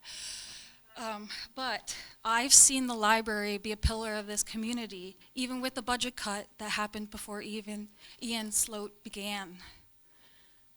The library gave $30,722.32 from the library funds for the LUCC pool, which is the new Walter E. Ulrich Memorial Pool.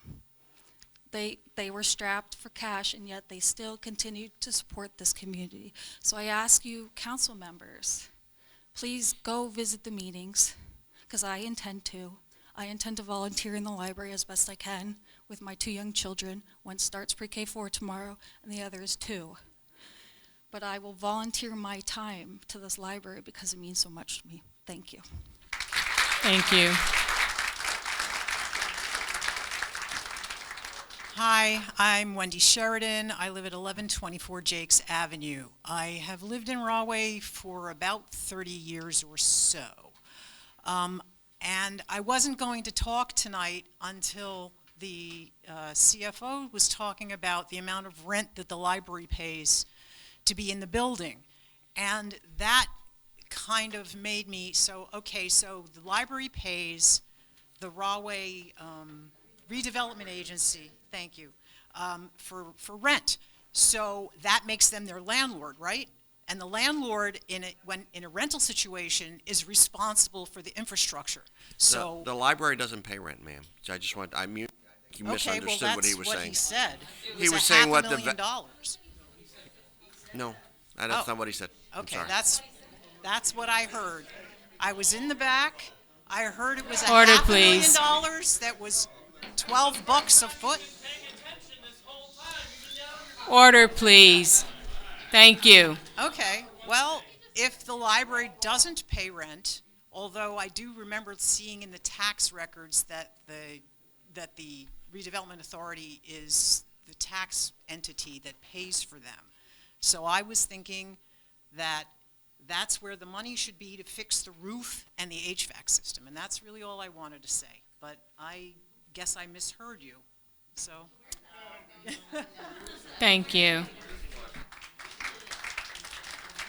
Reverend Catherine Irwin, 1400 Esterbrook Avenue. I'm sorry, ma'am. I'm sorry to ask you to repeat that. I didn't hear you. I am the Reverend Catherine Irwin, and I live at 1400 Esterbrook Avenue. But I'm not here tonight as a reverend. I'm not here tonight as the parent of 4 young children, 6, 8, 10, and 12, my oldest of whom is about to start school tomorrow in a school with no library in it. I am here tonight as a trustee of the Rahway Public Library. And as a trustee of the Rahway Public Library, I'm here tonight to ask the City Council to trust us to do our job. As an independent governing body that does, however, depend on the city government to provide us with the overwhelming majority of our funding, it is our responsibility to oversee the financial situation of our public library. We have, for my entire tenure of the board, been struggling with effective and reliable communication with the city. This cannot be placed on Ian's shoulders alone, or even his most.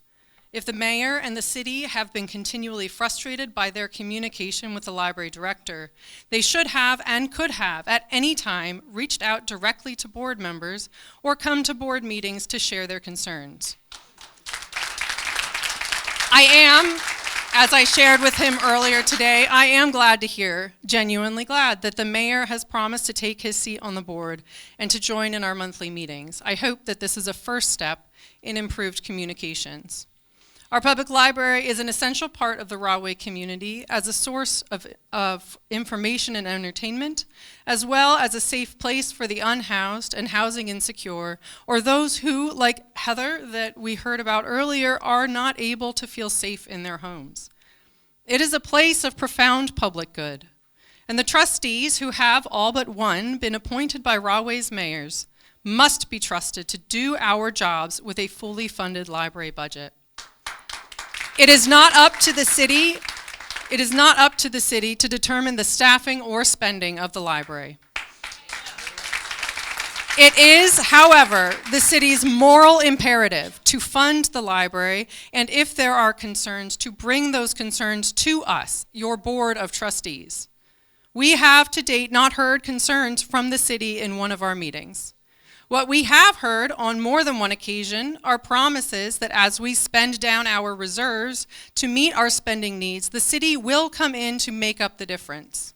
Now, this year, with our reserves all but gone, and the last bit intended to fund desperately needed replacements for our public use computers, and this year, with the union contract up for negotiation to discuss appropriate and just compensation for our workers who do so much with so little time, so little staffing, and this year with one more staff vacancy that, if filled, would provide more quality services and programs for our entire community.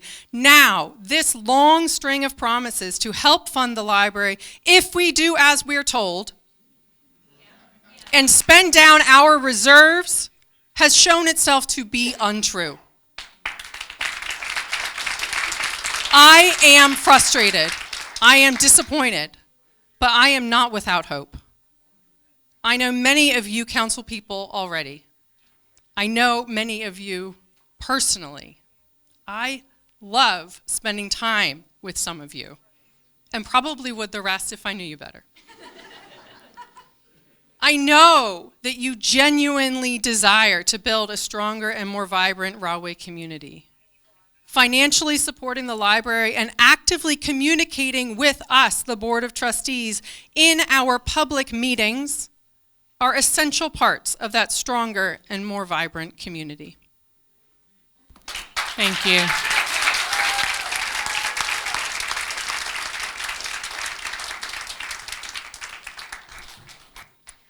Hello, my name is Jessica Farrell, and I live at 811 Midwood Drive, and I am a frequent flyer at the Rahway Public Library, whether it's to borrow books, pick up eclipse glasses so I can watch the solar eclipse safely, use the printers because I don't have one at home, or I go to Crochet Club for almost every single session. I see a lot of my friends from Crochet Club here. So I was incredibly disappointed to see the notices on social media about the library programs and hours being cut.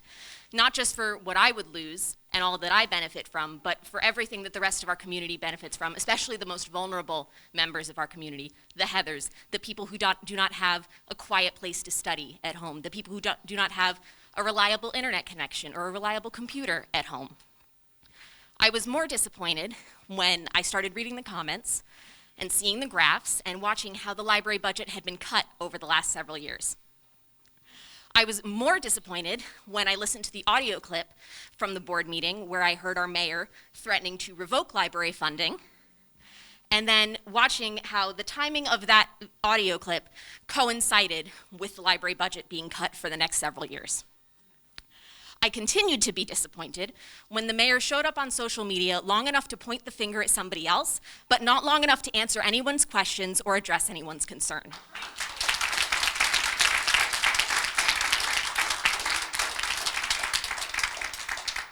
And I've been disappointed to see that sentiment echoed here tonight, and also by the council who wants to make sure that we know that it wasn't their decision. But I also have heard multiple times now that the council was made aware of this before it was mentioned to the public, before the decision was made. So you guys did have an opportunity to stop this before it happened, before it got to this point where we all had to be sitting here in this room to tell you how much the library means to us and how much we want the library to receive appropriate funding. At this point, they're not getting a penny more than the state mandated minimum, and I don't think that's reasonable at all. We all see how costs are rising for everything, and that includes for everything that the library offers us. So I am hopeful that you will listen to everything that everyone has said here tonight and that the right decision will be made to fund the library appropriately. Thank you. Thank you.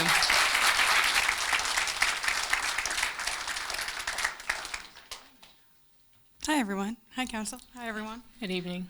My name is Gabby Weissel-Monica. I live at 271 West Stern Street. Just excuse me for a minute while I gather my notes. I've only lived here about 3 years, but when my partner and I were looking to buy a house, we didn't have many requirements for what we were looking for. We're millennials who could afford to buy a house, so at the end of the day, anything goes. But one of them was a city with a sense of community and a functioning library. One of the first things we did when we moved in was go and get our library cards, I think within the first 2 weeks. I could also stand here and talk at length about how we need to fund the library and how you all need to have some accountability, but I also wanted to share some additional perspective. I'm originally from Sussex County, Vernon, New Jersey, to be exact. And I like to joke that I grew up in the same place where Friday the 13th was filmed. Not only because it's funny, but it does help paint a good picture of how desolate it is and how there isn't much going on up there. But one of the only places I had to go when looking for something to do growing up was a branch of the county library because my town didn't have their own library. And that's only because I was lucky enough to live in walking distance of the library. A lot of the people I grew up with weren't as fortunate enough to have the library so close. I've seen firsthand what happens when children and teens do not have access to resources and a community to help them thrive. It's not pretty. That's why we chose to buy a house here in Rahway over anywhere else in northern New Jersey. Across the country, it is becoming increasingly illegal and borderline dangerous to be a child or a teenager. Malls across New Jersey have made it illegal for teenagers to be unaccompanied by adults. Public spaces and parks are closing, and everything costs more and more money, and then we, the adults in the room, sit here and ask why they're addicted to their iPads, the internet, and social media. I think we've all seen people in this community, probably even sitting in this room, call for children to be arrested or punished for playing in the streets or being too loud in public. And I have to ask my neighbors and the council, where do we expect these young people to go if we don't have public spaces like the library? Spaces like the library are vital to children and teens, not just for learning, but for play, for recreation, and for their social lives. I say this as someone who doesn't have children herself, and I don't plan on having children, but please think of the future generations when you make these decisions, and also lack of decisions by not showing up to meetings and letting things get this bad. They need the library, and we cannot fail them. We cannot sit here and act like we didn't do anything and our hands are tied. It's on all of us to make sure we set them up with a good future. Thank you. Thank you.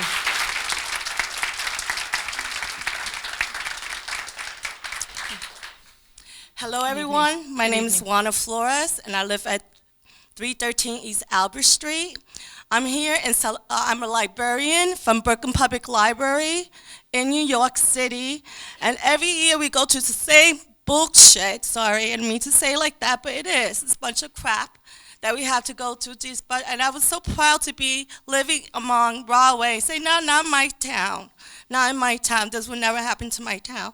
And I left work 2 hours early so I could be here in solidarity with fellow librarians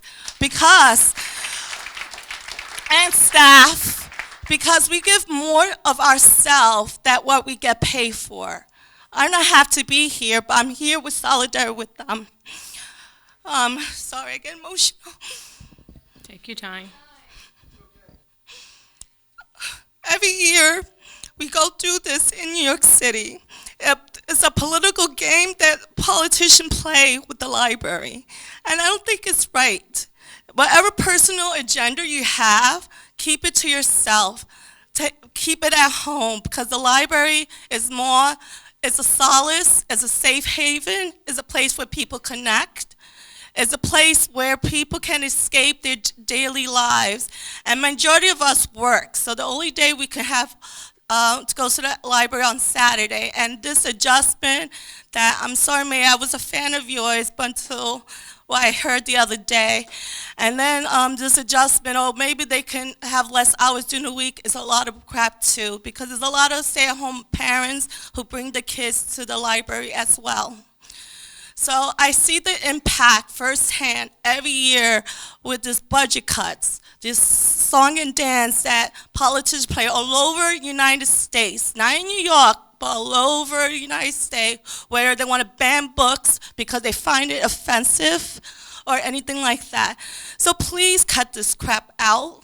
This is not the place for it, okay? And by the way, I was kind of sad that across the United States, everybody know what is going on in Rahway, because as librarians, we stick with each other and we spread the word. So please rectify this. That's all I have to say today. Thank you.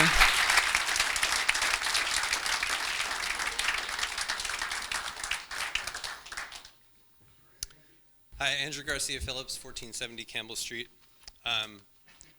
The CFO, Frank Ruggiero, got up and gave us some numbers at the beginning of the meeting that you didn't have any questions about. And it's a little confusing to understand if you're not looking at those numbers, but I have been, so I'm going to provide a little bit of context for that. Both Frank and the mayor said that the ask of a 28% increase was just too much to consider. That was unreasonable. So let's talk about what some of the other city budget items have gone through. So since 2017, the library's budget is down 7%. Your budgets, all the other budgets, have gone up. The finance staff, Frank's staff, up 28%. Unreasonable. The city clerk, up 70%. Legal services, up 64%. Senior services, 66%. Parks and Rec, 114%. The health department, up 128%. Engineering, 151%. The mayor's office staff, up 191%. Just this year, their budget for salaries in the mayor's office have gone up $300,000 just this year. I'm not cherry picking. There is no significant line item that is down except for the library. These are just salaries. Do you want me to get into operating expenses? I don't know what kind of operating expenses a financial department has, Frank, but yours went up 104%. More than $706,000 more this year than in 2017. How many coffee machines can one office have?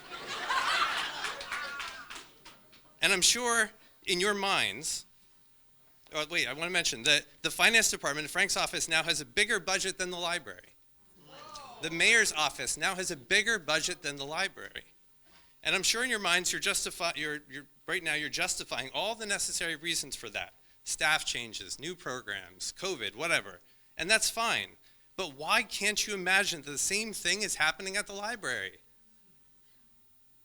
The fact that Ian survived with flat budgets for all this time is remarkable.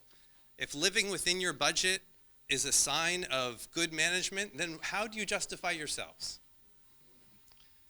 I want to clarify that what the mayor said online is that this is not about a lack of funds. He said this is about his disagreements with how the library is being run. So there's a problem with his board, with the director, but then he never did anything to address the problem. He has not attended a board meeting since this director was hired in 2020. He never suggested any changes. He just decided to strangle the budget, which doesn't fix any problem. It only punishes the patrons. The real reason that this is happening is clear, and several people have mentioned it. You can listen to the recording at rahwayforward.com. The mayor and Frank lobbied hard for a certain candidate to be library director, and they threatened board members with budget cuts if they didn't get their way. That candidate backed out, and the mayor sent the board an angry email blaming them for it. And the cut started the next month in the same amount that he threatened. There is no indication that Mr. Sloat has been anything but a well-intentioned, hard-working library director. He has never used political tactics to fight back, and those recordings show that Mr. Sloat was out of favor before he even started his job. Worse yet, Frank Ruggiero continues to play games with the library's funding. In 2020, he refused to turn over the funding that this body already approved for the library. The excuses for this changed over time. COVID, there wasn't a director, spend the endowment down and then we'll restore your budget, which by the way they did 3 years ago before the market boomed, costing the library hundreds of thousands of dollars. 1 minute warning. Well, let me skip ahead because what the mayor said is that he's going to fix this problem, and I hope that the solution is not going to be that you push Ian out and then give more funding. Because what we don't have is an Ian problem. What we have is a Raymond problem. Like Mother's Day cards and block parties and free backpacks, this problem was brought to you by Mayor Raymond A. Giacobbe and the City Council. Because what happened with the library fits a pattern. The same petty retribution that happened to the Rahway Arts and Business Partnership, their programs, Taste of Spring, Rahway's own Culture Crawl, were all degraded because the mayor felt disrespected by the handsome husband of that agency's director. This happened to the Rahway seniors, as you heard before.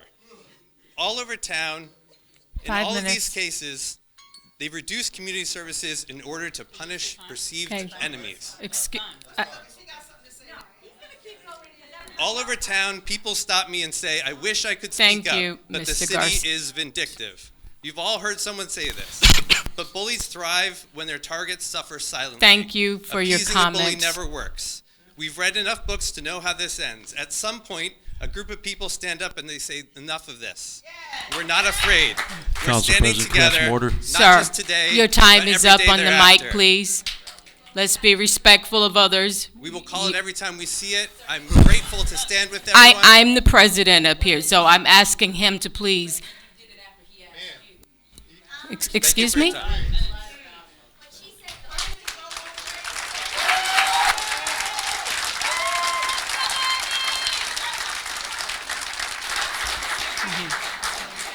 Please state your name and address, please. Greetings, I'm Amy Garcia Phillips, 1470 Campbell Street. I am married to that incredible man there. So I would like to also, I know we're directing our comments to the council, but also thank all of you who came out today, took time out of your busy lives. These children who should be getting ready for their first day of school tomorrow are here. So thank you all for doing that, but really we shouldn't be here. And for those of you who are surprised that we are here and that you are shocked about the latest cuts to the library budget, forcing them to take drastic measures, I want you to know that this has been going on since April of 2020. The reason why you are surprised is, and you as well, is because our library staff and director have been working tirelessly to shield the public from their challenges, until this last round of cuts, which brought them to their breaking point. I have a little chart here that I will share with all of you, and maybe some of you have seen it, and it shows when the city says we fully fund the library. Sure. This blue line is the minimum amount that the city is required to fund. And you can see in the past we have overfunded because we are a struggling population, we are a poor community, our property value is not as high as other towns, like Lisa pointed out, Princeton, Westfield. They get basic funding is enough. You can see on this chart that the orange is how the city has brought down their contributions to the library over the years. So that way, in 2017, we had more money for the library than we do now. So with rising costs, inflation, electricity, all the things that we spoke about, how is the library not getting more money? How are they supposed to survive when everybody else is getting more money? So let me tell you a little bit of the history. Back in April of 2020, the library board was in search of a new director after the tragic and sudden death of Gail. And the board had a special meeting to take a formal vote on the two leading candidates. Ian and Joe, the mayor favored Joe. He won the vote, 5-4. During the meeting, one of the board members acknowledged that this process had been very political, and as a longtime library board member, but also a member of the Democratic Committee, she maintained that the library had always been an independent entity, but this time it wasn't. It felt very political. She acknowledged that she doesn't normally speak up like this, to which the mayor then answered, "Then I would have kept my mouth shut." The mayor pointed out at the time that the city pays more than the minimum to the library and covers health care costs of the employees. He threatened at that time to revoke the funding, the extra funding, and only pay the minimum. So this is back in 2020. Joe was offered the job, but then he declined, as we heard. There is another recording from the July 28th meeting of 2020 that shows, without warning, the city cut the library's payment by $25,000. No warning. The newly appointed director then had to figure out ways to adjust the budget, again with no warning. The liaison from the city, Councilwoman Miles, said she would look into this. A board member also asked her to inquire if other departments were also receiving cuts. The answer, it turns out, was no. If you would like to hear the recording of both these meetings, like my husband mentioned, you can go to rahwayforward.com. They're both there. And you can hear for yourself the concern of several board members as the mayor's rancor at being challenged in any way. So I am nervous that this meeting that the mayor is going to have with the board, as long as they comply, as long as they cooperate, what does that look like? Because it seems like he doesn't like to be challenged. So in a town where the need is so great and the school district is struggling to improve, and I love my Rahway School District, a good library can be the equalizer. For a mayor who has whose wife is a member of the Rahway School Board of Education, you would think that access to the library would be a high priority for his administration. In a school district where the high school has just cut library services and the middle school does not have a library at all, we should be overfunding our library even more.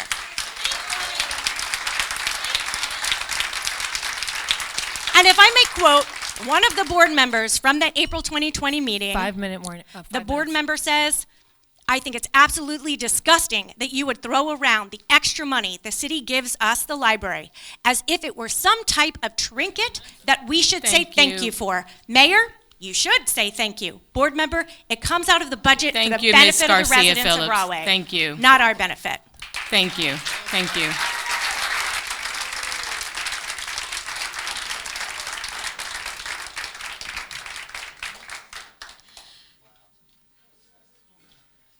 Hi, I'm Julissa. I live at 760 Harrison Street.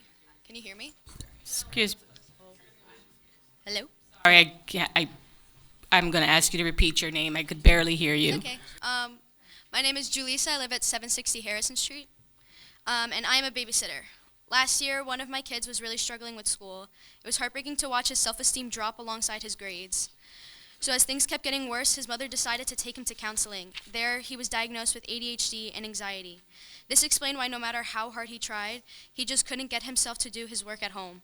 So our direct solution to this would be to take him out of the house. And the Rahway Public Library was the only public place where he would have free access to Wi-Fi and an undisturbed working space.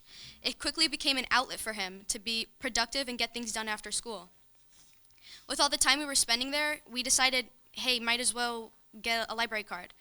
That's when he really started to take off. He was having fun discovering all the different genres of stories, but his neurodivergencies made it difficult to read. But with the audiobooks on Hoopla and Libby, he was able to listen and follow along much easier. Not to mention the ebooks that offered less stress over losing or renewing anything. Suddenly, he was like a whole new kid, growing and learning at a rate I'd never seen in all the years I'd known him. I would hate to see it all ripped away from him over something as simple as a funding issue.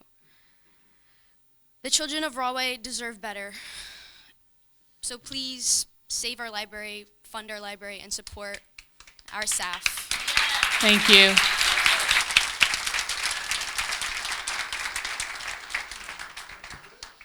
My name is Gina. I'm at 373 Cornell Avenue. My statement is a question for the mayor and for everyone else in this room to think about. I have a question, and that is, how can we trust you to fix this when we can't even trust you to show us the respect of looking at us while we speak?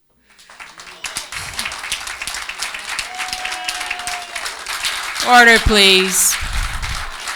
How can we believe your words when your actions tell us otherwise? The mayor wants us to be mature and act respectful, but he hasn't once praised what he preached all throughout this entire meeting.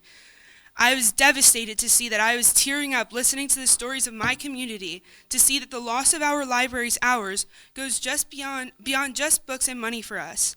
And all while that is happening, our mayor cannot take his eyes off of his phone or iPad.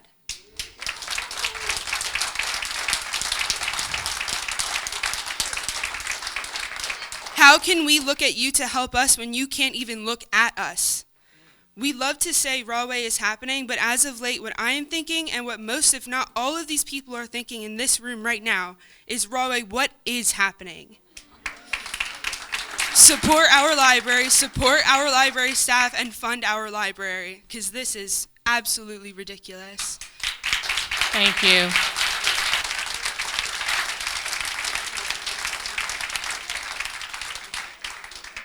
Hello, Council. Lauren Reedy, 1373 Bedford Street, and I'm also a Rahway Library employee for the last 20 years. You should wait till they're looking, since you want to look at them. Oh, I did. I'm going to read you our statement from the union staff at the library. You should have received this in your emails this morning, but I would like to repeat it again. We, the union staff of the Rahway Public Library, represented by local OPEIU 32, have come together to ardently appeal the City Council and Mayor to ensure the library's wholeness and support our dedicated staff. Some of you may not know, but in 2019, we tragically lost our director, Gail Miller. She was a pillar in our community and was a lifelong advocate for the library, working closely with the Community Library Board and the mayors of Rahway. Her time and tenure left us with an undeniable impact on this community and the staff that continue to support the library to this current day. Her legacy continues with support from the Friends of the Library and their offering of yearly scholarships for Rahway students who are graduating high school and continuing their education. During this time, the library was staffed by 9 full-time and 8 part-time union members with a much higher budget allocation.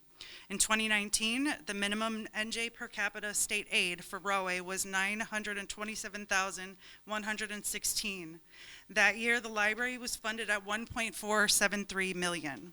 As of today, the library is run on a day-to-day basis by 8 full-time and 6 part-time union members. We work faithfully on a daily basis to continue offering services and bringing new ideas. With rising inflation costs, the library staff is expected to work with less staff and less money in our budget. The minimum library funding for this year was only $1,319,265. We were without a library director until welcoming Director Ian Sloat in August of 2020. The staff persevered through a partial library closure during a global pandemic, with the library staff still reporting to the building and adapting to offer remote services for the community. Curbside pickup, online programming, including the popular Toddler Time Live, family fun nights on Zoom, curbside crafts, crochet classes, and other innovative services were offered and still continue today. This is why it is essential that we receive the support that the staff needs to effectively operate the public library. The proposed changes are drastic and will have a negative effect on the most vulnerable populations in our city. To add insult to injury, our part-time co-workers' hours would be reduced to a mere 44 hours per week and starting in 30 days. These part-time staff members are essential to the daily operations of the library, and we fully support them. We fully support our library board and trustees and our library director, library staff, and more importantly, the community we serve. We are here to advocate for our staff, for the community, to support a lifelong love for reading and learning, and to help those that are in need of services that our library provides. We call on our community to demonstrate their support for the Rahway Public Library and its union staff by making their voices heard here to their elected officials. We demand City Council and Mayor fully fund the library to allow its staff to provide these invaluable services to the community of Rahway. This must also include the granting of funding for physical improvements to the library building, as well as providing adequate funding so that we may continue to offer stellar programming, essential services, and necessary professional staffing. In closing, we stand behind our motto and encourage you as well, the public, that we serve to come in and find out what's going on in the Rahway Public Library. You too can become a fan guaranteed. I appreciate your time. Thank you.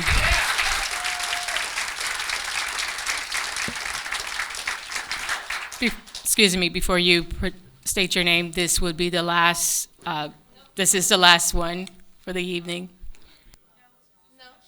Okay.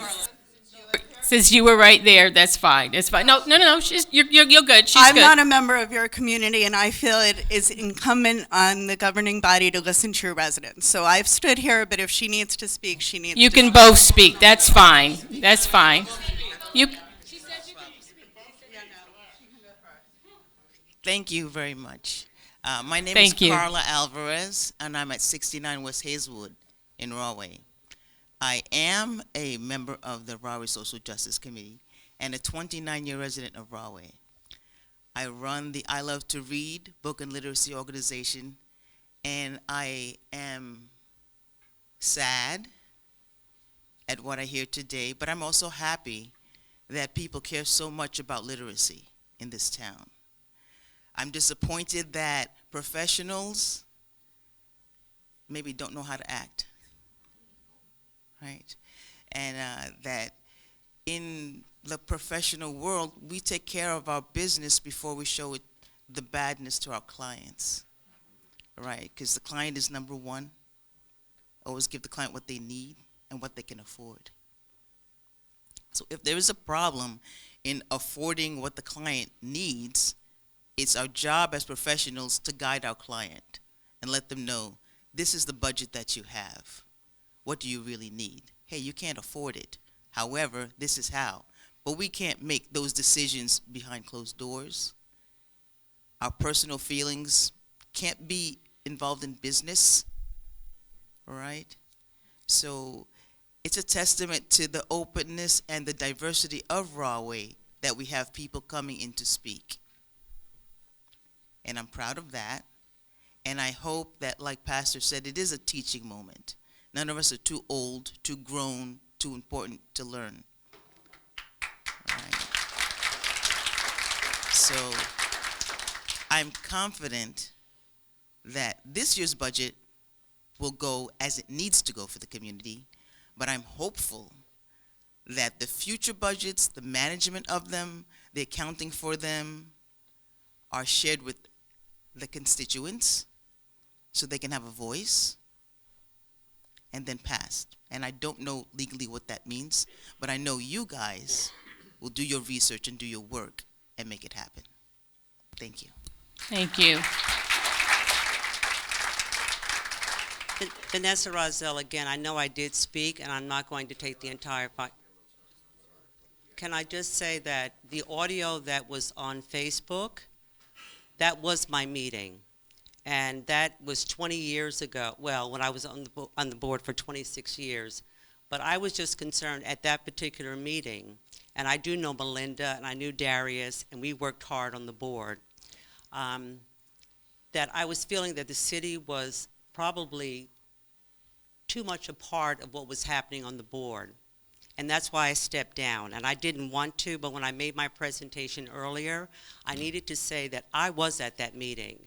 And so you heard part of the audio, but it was a very long meeting. I was one of the board members who did vote for Ian Slott to come in. I voted for him the first time, and I voted for him the second time. So although I made my presentation, I needed to let you know that I was there. And that was probably one of the reasons why I decided to leave the board, because I just felt that we were not as independent as I had been on other boards, because I work with some powerful folks on the boards, and they really did take control. And to hear Kat say that the board has to be independent and to decide what's going to happen. In 20 years, I'd never even seen the budget go flat like that. And that was really disappointing. I'm sorry I didn't say that the first time I came up, but I think it's important to say, because I didn't want to leave the board, but it wasn't going in the direction where I wanted it to go. Thank you. Thank you.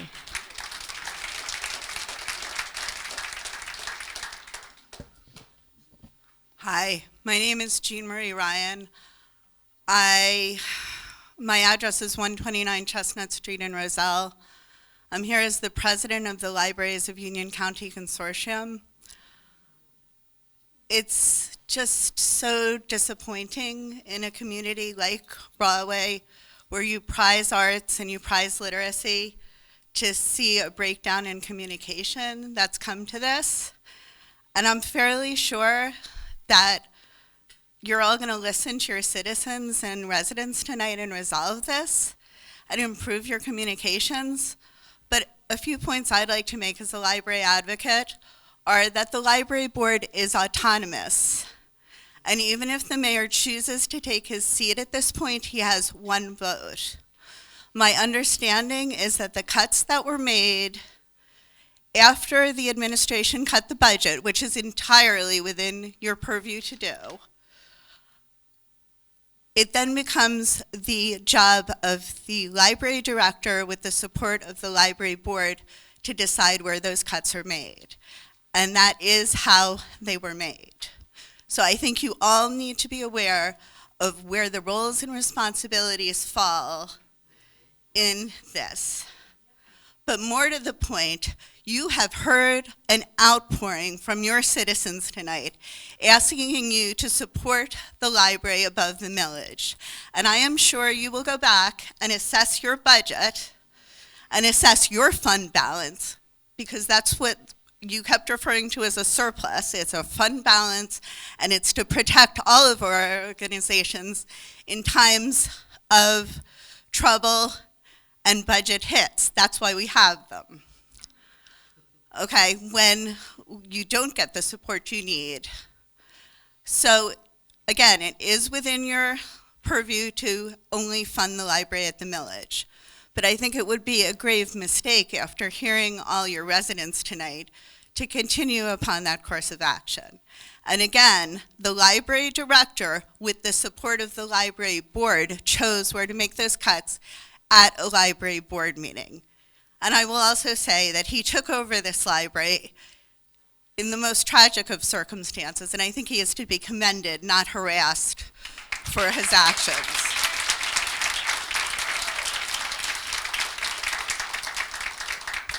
But I would also like to end by thanking all of you, because it is no pleasant task to serve as an elected official in this country today. So I thank you all for your time and your patience as you have listened to everyone and done your jobs tonight. So thank you. Thank you. At this time, this portion of the meeting of the public is over. I thank everyone for coming out and really expressing your concerns concerning the situation with the library. As our mayor, Raymond Giacobbe, mentioned, that he will be having a meeting with the board, and hopefully we'll have some information before the end of the week, hopefully. How will you be disseminating that information? Excuse me. I'm sure, I will speak with the administration right after the meeting. I'm sure something will be circulated on social media, but I'm sure the mayor or someone will be putting out a post concerning what is agreed upon. All right. Do I have any comments from Do I have any comments from council? Can I have a move and a second to adjourn the meeting, please? I would like to comment. Go ahead. Good evening, everyone. I'm not going to hold you any longer. As it was already mentioned, tomorrow is the first day of school. I would first like to thank the community for coming out and voicing all of your concerns as it relates to the library. There were some comments made in regards to us not walking the town and not utilizing the library and things of that nature. I do want to make everyone aware that I myself, yes, am a mother with children in the Rahway School District, and we do use the library. and we do enjoy the services that are offered. And I also want to make a point in saying that not everything that is brought to our attention needs to be public information, in the sense of, if I have a question about something, or my colleagues, in how that may be debated prior to coming to meetings and things of that nature. Someone else did make a comment in regards to it being brought to our attention prior to the meeting, and us not standing up for the community and voicing our opinions on what was to be taking place. That is not true. We do have conversations at times amongst each other and question people in different positions as it relates to you guys. I am a member of the community as well. Things of this nature does not only affect you, it affects us. I would also like to mention that, as passionate as everyone was in regards to what is happening today, I want you to take that same energy and apply it to the library board as well. The invite was sent out and it is open for us to attend, but I would like for you guys to attend those meetings as well and ask questions, because yes, just as I ask questions, I want you to ask those questions as well. Excuse me.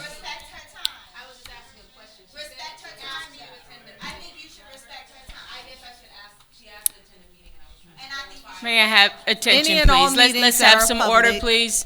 Feel free Thank you. to attend and express your concerns and ask questions. Ask the good questions. Okay, we have a budget. What is the budget? How is the budget being allocated? To what? Why was the decision made to cut Saturday and or a Wednesday evening? Is there room in the budget to maybe move around some other things and or utilize the funds in a way in which it will not affect all of us here in the community? Let your questions not only be heard here, but with the board as well, the library board I'm referring to. I would also like to make mention that